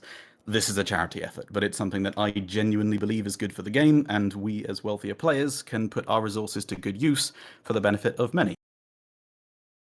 As to how much this is going to cost, assuming a structure which will probably use Asbels dies every 48 hours, the cost of an Asbel to build, plus a 500 million ISK builder's margin if we're buying in bulk, is about 4 billion ISK, plus 3 billion ISK for the core, so around 7 billion each. 15 of those a month, that's 105 billion ISK per month. Less for any extra days that the structures remain up. Now, that's a lot of ISK, but if the four of us were to join in, committing a couple $100 billion each to fund this project for an entire year, in my opinion, seems quite worthwhile. And there are also some extra aspects that we could add on to both provide some content and engagement opportunities for players, as well as actually cutting down on the cost of the project itself. So if we were to offer a sizable bounty for anyone successful in destroying the war HQ of aggressors, then this would save some ISK by extending the lifespan of the structures. It would disincentivize aggressors by disrupting their other operations. It would get players paid, and it would generate some content a little bit more interesting than just completely one-sided assault. In summary, this plan... One second. Sorry, okay. In summary, yeah, this plan prevents nullsec groups from holding a monopoly over high-sec markets. It ensures that a minimum tax trading market is always available to players, and it provides some opportunities for content and ISK making for other players as well. So a few questions which I'm sure will get asked. The first being, why not just hire the mercenaries yourself? The answer to that being, I did reach out. I would have been quite happy to just outbid Vili. They weren't interested. Additionally, even if they were to accept being paid to leave the structures alone, I wouldn't be surprised if Horde or Frat just came and attacked them themselves anyway, so it likely doesn't matter. What about kill boards? The simple answer to that is stop caring about kill boards, especially when there's an actual tangible benefit to be had. The big one is 48 hours too short a time? 48 hours is a short time for most market items, and I don't imagine that most people will do trading ships and things in lower volume items in these structures, but they also weren't really doing that in the TTT or the current TTC Satios anyway. The main bulk of trade, meaning both the biggest opportunities to save the average player ISK and the main sources of income for the nullsec groups owning the structures, was trading in Plex followed by skill injectors. And if you trade Plex with any sort of regularity, you know that having orders last longer than 48 hours is extremely rare. That market moves extremely fast, and I have no doubt that most higher volume traders, including myself, would absolutely use a 0.5% market, even if it won't remain up indefinitely. Additionally, given the new conflict between Goons and the remaining TTC members, it seems that the TTC structures won't exactly have a stellar longevity either. But also, if it does turn out that people just don't want to use it, that's fine. We can just wind this down at any point. There is no long-term commitment involved with this. That's the end of the presentation. Thank you very much. Lastly, just a call to the public, which is that if anyone watching this, be you a player or a group, also thinks that this would be a project worth contributing to, be it with ISK defense, or you're just eager to go kill some war HQs for bounty rewards, that'd be great too. And you can reach out to me in game if that's something you'd like to discuss. Perfect. Thanks, Golden.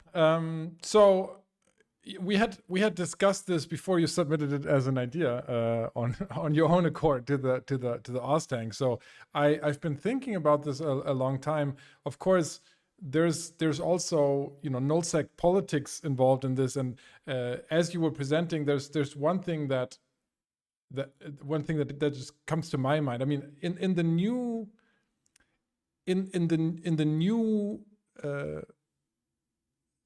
power structure that we're seeing in New Eden right now among nullsec alliances, wouldn't we already have an alliance like the Initiative on our side in terms of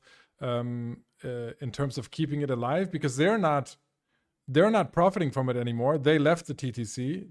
They said they hate it. So wouldn't they already be on our side defending these things if they wanted to? So realistically, it's unlikely that we're going to be able to get defense from sort of nullsec alliances like Goons and Initiative. Just for transparency, I'm actually in Goonswarm. But yeah, nullsec alliances are unlikely to come to HiSec on a regular basis to defend structures. It's likely not going to happen. If there are any mercenary groups that would be happy to offer defense assistance, I am more than happy to pay for it. But other than that, yeah, the plan basically relies on the fact that the structures are going to die. It just doesn't matter. And so we would, do public fleets for defense for anyone who wants to join. We would continuously make calls for mercenaries to defend if we agree on a price. And other than that, we just will see them die, and we will replace them as soon as they die. Yeah, that's pretty much it. Although the key is the new one would be anchoring before the last one dies. So Yes. as I said, it would be perpetual. So even from the last moment that the previous one goes boom, you can immediately use the new one. Varag101 in chat also just said, do you have help with the logistics for this? It seems like a lot to take on for a solo pilot. Yes, I've got that sorted. And what happens? Somebody asked earlier, what happens to orders when structures get destroyed? Do you know? The orders get cancelled. Yeah. Mm-hmm. For sell orders, the orders get cancelled and the items end up in asset safety. But in this case, yeah, you don't use the item. If it's just Plex, it goes to your Plex wallet. LSIs go to asset safety. Yeah. But the thing is that even if you are doing that and you've got to pay, I don't know, 0.5% on asset safety because they can go to stuff in the same system, that's still 0.5% cheaper than having just traded it in Jita. So it's still cheaper. Okay, Eden, Crota, what do you think? Not in terms of questions, not in terms of. Yeah. Well, I know, like I brought this, I was hell bent on putting a keep star up in perimeter, and then they made the changes 2 weeks later. But like the main thing is like I don't really see players like I'm lazy. I wouldn't want to keep moving every couple days, but I really hate nullsec and their citadels. Well, But why not start outside a perimeter? Like do other regions or something like that. it could be done. The main thing is that I don't think it would help in terms of defending the structures. I imagine that like Black Flag would probably just come and destroy them anyway. And then it's just further away for players. But also, for those who are watching, for buy orders in particular, you don't need to be at the station. You don't need to move stuff. And for Plex and stuff, that is kind of one of the main things. You can just be sat in Jita itself. You can place a buy order and you can just set the location where the buy order is to the 0% tax station. And then the other thing that like my idea is like why did they never use like the TTT for like good like here's a bunch of this for this whole week we made this profit, it went for Plex for good, we're giving out free game time for players, stuff like that. Once if it ever becomes stable, could you raise the tax level to take some of that IS to give back to the community? So I personally think that the most direct way to give back to the community is just to not have as much tax in the first place. That's kind of the whole aim of this. I don't think that it should be any higher than the minimum tax.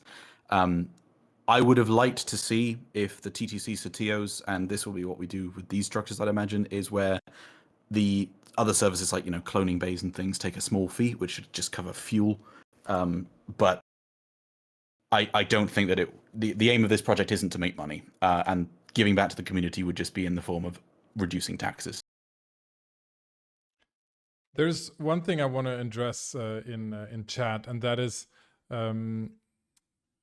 Vidley says Nullblocks use ISK for content for SRP. Wouldn't it be better for the community of Nullblocks to get money instead of traders just sitting on it? I don't think you understand the idea there, Vidley, exactly, because the difference is that we're not going to take any money at all if we fund this idea. So this is going to be expensive.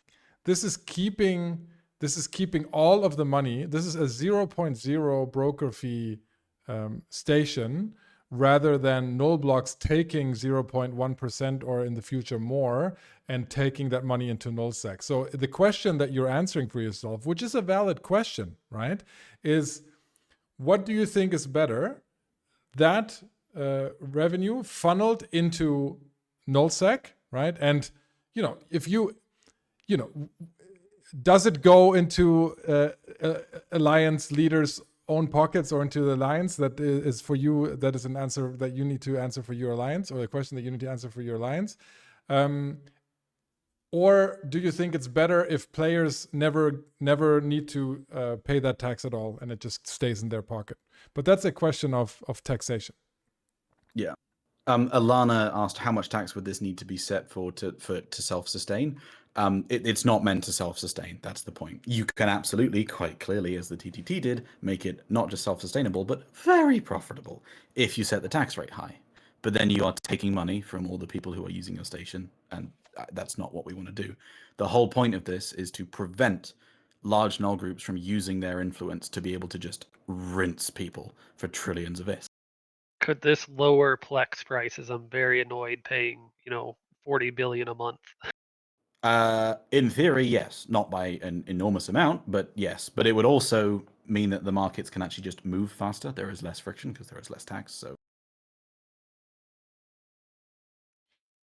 So what somebody's asking, what's better, 10,000 people getting a slightly better deal and has more money to spend around, or a big corporation getting richer? That's one, extreme way of looking at it, but I would agree. Futility 101 says, what is better for the game? Seems pretty straightforward. What is better for the game? I don't think it's very straightforward. I think there are arguments on both sides, actually. So I don't think this is a very, I think if you're, so content in the game, futility, but that's an interesting discussion. So if you're in nullsec, then you think that the alliances are that money in the alliance's pocket is better than money in your pocket, right? That's the argument you're having here. One thing you can talk about though is, most nullsec players will not regularly go to highsec, right, to trade. So this isn't fleecing nullsec. So this is stopping the highsec community funding nullsec objectives or wars, right? That's the question. Crota, you have been silent. What do you think? I just had two questions, but they've mostly been answered. One of them was what's going to be sold, but that's been answered. It's sort of Plex. And the other one was, what efforts have been done to ensure there's a degree of safety. And I think that's been answered in a way, mostly to the negative, I have to say. So I think everything I wanted to ask has been answered, and I'm happy to go. What I would say in terms of the negative thing is, yeah, absolutely. In the short term, the structures will, on average, last about 48 hours. And that means that for lower trade volume items, it's not as beneficial. The aim is that longer term, because this, whilst it is operating, it prevents the nullsec groups from being able to reap in all that Plex income, and therefore it makes it not really worth their while. The hope is that, basically, Mercs stop getting hired to just kill everything other than the TTC structures. If it becomes an actual competitive space again, this won't be needed. That's kind of the aim, and at that point, safety returns. But for me personally, I'm not happy seeing the game in a state where the only safety can be offered by a nullsec group that doesn't do anything in highsec, using their position to prevent any actual highsec players from being able to compete, being able to operate in that space, and just pouring more money into already very wealthy, rich Alliance wallet. Brilliant, thanks. Golden, I'll pass on I think a home run question for you. So Futility as a follow-up is saying what drives the game? It isn't market trading, but this isn't about market trading, is it? No, it's more than that. It's the overall health of the game. And okay, so there's a few ways to look at it. One is just, I personally strongly dislike any time where grandfathered in players and groups have just an enormous advantage over newer players or smaller groups. That has been a problem which has lasted in EVE for a very long time, and it is still a problem today. But also, it's not just about traders making more money. If you are playing the game, taxes and the cost of items affect you. If you are flying a ship, you had to buy that ship. People who built that ship had to buy and sell items which go into making that ship. It is a complex economy, and so taxation and inflation and all the other typical economic metrics affect you, whether you are directly trading or not. All right. Any other questions from chat? Newer players don't trade Plex. I think that's not true. I think they buy and sell Plex. They might not trade it for profit, but they do pay a lot of taxes on the Plex that they buy and sell. Okay, so this is a huge decision, Golden. Right? Because here we're talking about possibly hundreds of billions as of ISK, as you have shown. Remind us again, what would this be in about? Is this a month? 100 billion? Yeah. So the annual cost is 1.2 trillion, and that's assuming that all the structures get killed immediately. That the TTC continues for a year or attempts to. It could be that Goons kills the TTC structures next week. We do this for 2 weeks, and then after that they stop destroying the competition and it's no longer needed. That would be great. I don't know if that'll happen. I imagine it'll probably be more like a months down the line thing. But as Lakry mentioned, Lakry's question was, well, aren't you going to run out of funding at some point? No, that's basically the point. Is this I will want to make it continue until it no longer needs to exist. It will be perpetual until it is no longer required. I wonder if it will receive enough appreciation from the community. So the difference right now between 0.0% and 0.1% broker fee is I mean, there are no shortage of dumb economic decisions made every day in JITA. So why would people care about that difference? I mean, it's the symbolism is huge, but are people really going to care? Well, quite frankly, if Vili and the TTC or whatever was happy to commit to just keeping it at 0.1%, actually, I think, you know what, that's probably reasonable. I still don't like the fact that they are eliminating the competition and would like to see them just stop that as well. Let people put their own structures up, try and compete if they wish. But they're not going to keep it at 0.1%. There is very little reason for them to do that. They kept it at 0.0 until all the competition was cleared out. Now they're putting it at 0.1%, and I'm sure in a couple of weeks' time, once people don't kick up enough of a fuss, they will put it up higher. And so it will continue until people, because it can go all the way up to 1.5% before it stops being worth people's while, right? There is, I would be extremely surprised if it stays at 0.1%. And if they were happy to commit to keeping it there, it would be much less of a problem. But I just cannot see that that's going to be the case at all. It's going to go higher, and that's just taking money from players. I mean, I'll be honest. The main, if I do this, the main reason would be because we predicted this was going to happen, right? It was predictable that they were going to take it down, and they were going to eliminate decision, and at some point, one of the blocks that is still in control, and that is now PH, where Vili has moved to, right? And they immediately raise it up, and now it's even worse because back in the day, at least it was benefiting almost all of the null blocks, but now it's just going to go into one alliance's pocket, and that's what bothers me the most about this. Yeah, it's not. I mean, I wasn't happy about it even then when it was sort of getting shared around, just because even though it's going to most of nullsec, there's still a lot of nullsec which it wasn't going to, and still all of lowsec and highsec which it was definitely not going to, other than Black Flag. But also there was the argument that it was still providing a benefit to players being lower tax than JITA, and they did have it set to the minimum that it was allowed to. Now that is no longer the case. Anything above the minimum is them trying to take extra money, and that's what they're doing.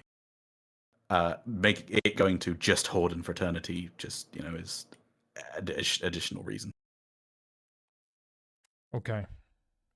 Eden, Crota, any more questions? None from me. Chat says 76% yes, fund this, but it's not their money. I'll be honest. I went into the show. This discussion really helped me because I thought it was more of a slam dunk case. The more I think about it, the more I think I don't know if people are going to appreciate it. Like I am happy to advertise the crap out of it. I think it should be there, definitely. I'm happy to put some money down. I don't know if I would be willing to put like half down, just because in the long run, I'm just thinking about all the other stuff that we could do with that money, and I don't know if this is if this is the best use for it, just because it's so expensive. So I have to say I'm on the fence. Crota, can I pass it on to you? Look, it's expensive, isn't it? So I mean, I'm happy to do 10 billion a month for as long as it takes. Awesome. So I appreciate that doesn't even touch the sides, but I mean, I'm not asking for full funding. This is something which I'm wanting to make happen, and the more people that can get on board, the better. But it's not a case of like, hey guys, I need 100 billion a month. Well, I'm in for 10 a month for as long as it takes. Awesome, thank you, man. Eden. I'm not sure, but I mean, I think any chance to mess with nullsec, because they're just taking that money and lining their pockets. They already have plenty of money. I was in nullsec for 10 years, and they don't really invest it in their people that much. They pretend to, and I think we do need a little bit more free trade. Like think Billy, terrible business person. He's just got lucky. I think I can. If Oz is in with it, I can give you Asbel's as many as I can financially do, but I'm not going to be doing, hundreds of billions of it. I mean, you guys are. I'm not going to be the odd one out. So whatever you guys are in for, I'm in for. So Golden will do this. If the minimum I'm hearing here is maybe 10, 10, 10. So maybe we can pick up at least 30%, and then Awesome. and then we'll see where this goes. I mean, it's content. Yeah, it's whatever it is. It's kill mails. It's something to do. It's a lot of politics. So this is really, it's an all around I think nice piece of just sandbox news and sandbox politics. So how bad can it be? And as I said, there will be content for other people as well. It's not just about the traders. If you're wanting to go and hunt down some war HQs, help in defense, or even maybe some prizes for scooping cores underneath whoever's attacking them, there'll be some interesting fun to be had. Yeah. All right. Well, hold on 1 second, Oz. I'm yeah. gonna go buy all the Asbels now Yes, in right. Jeddah, and then resell them to you guys. Somebody already did it. I'm sure. There's 200 and something people watching. Somebody already scooped them up. But I think we might have enough stockpiles among the four of us to put some stations together. Or Golden was smart enough to just think of it before. All right. Perfect. Hey. This has been insanely fun, really. I thank you to all the candidates, all the you guys, you investors, for chat to be there. I think we had a lot of nice participation. Thanks for Bonsai for modding our polls and everything. It was we had some hiccups, this being the first episode, but I can already say this has been so much fun and such a big success that we're going to come back with an episode 2. I would say in 4 weeks' time. So do this once a month so that we have 1 or 2 weeks of idea submission, and then 1 week's selection, and then we go do this again. And on the side, we can all look forward to all of these ideas that we funded. And it sounds like we funded all ideas today, so they're all going to report back.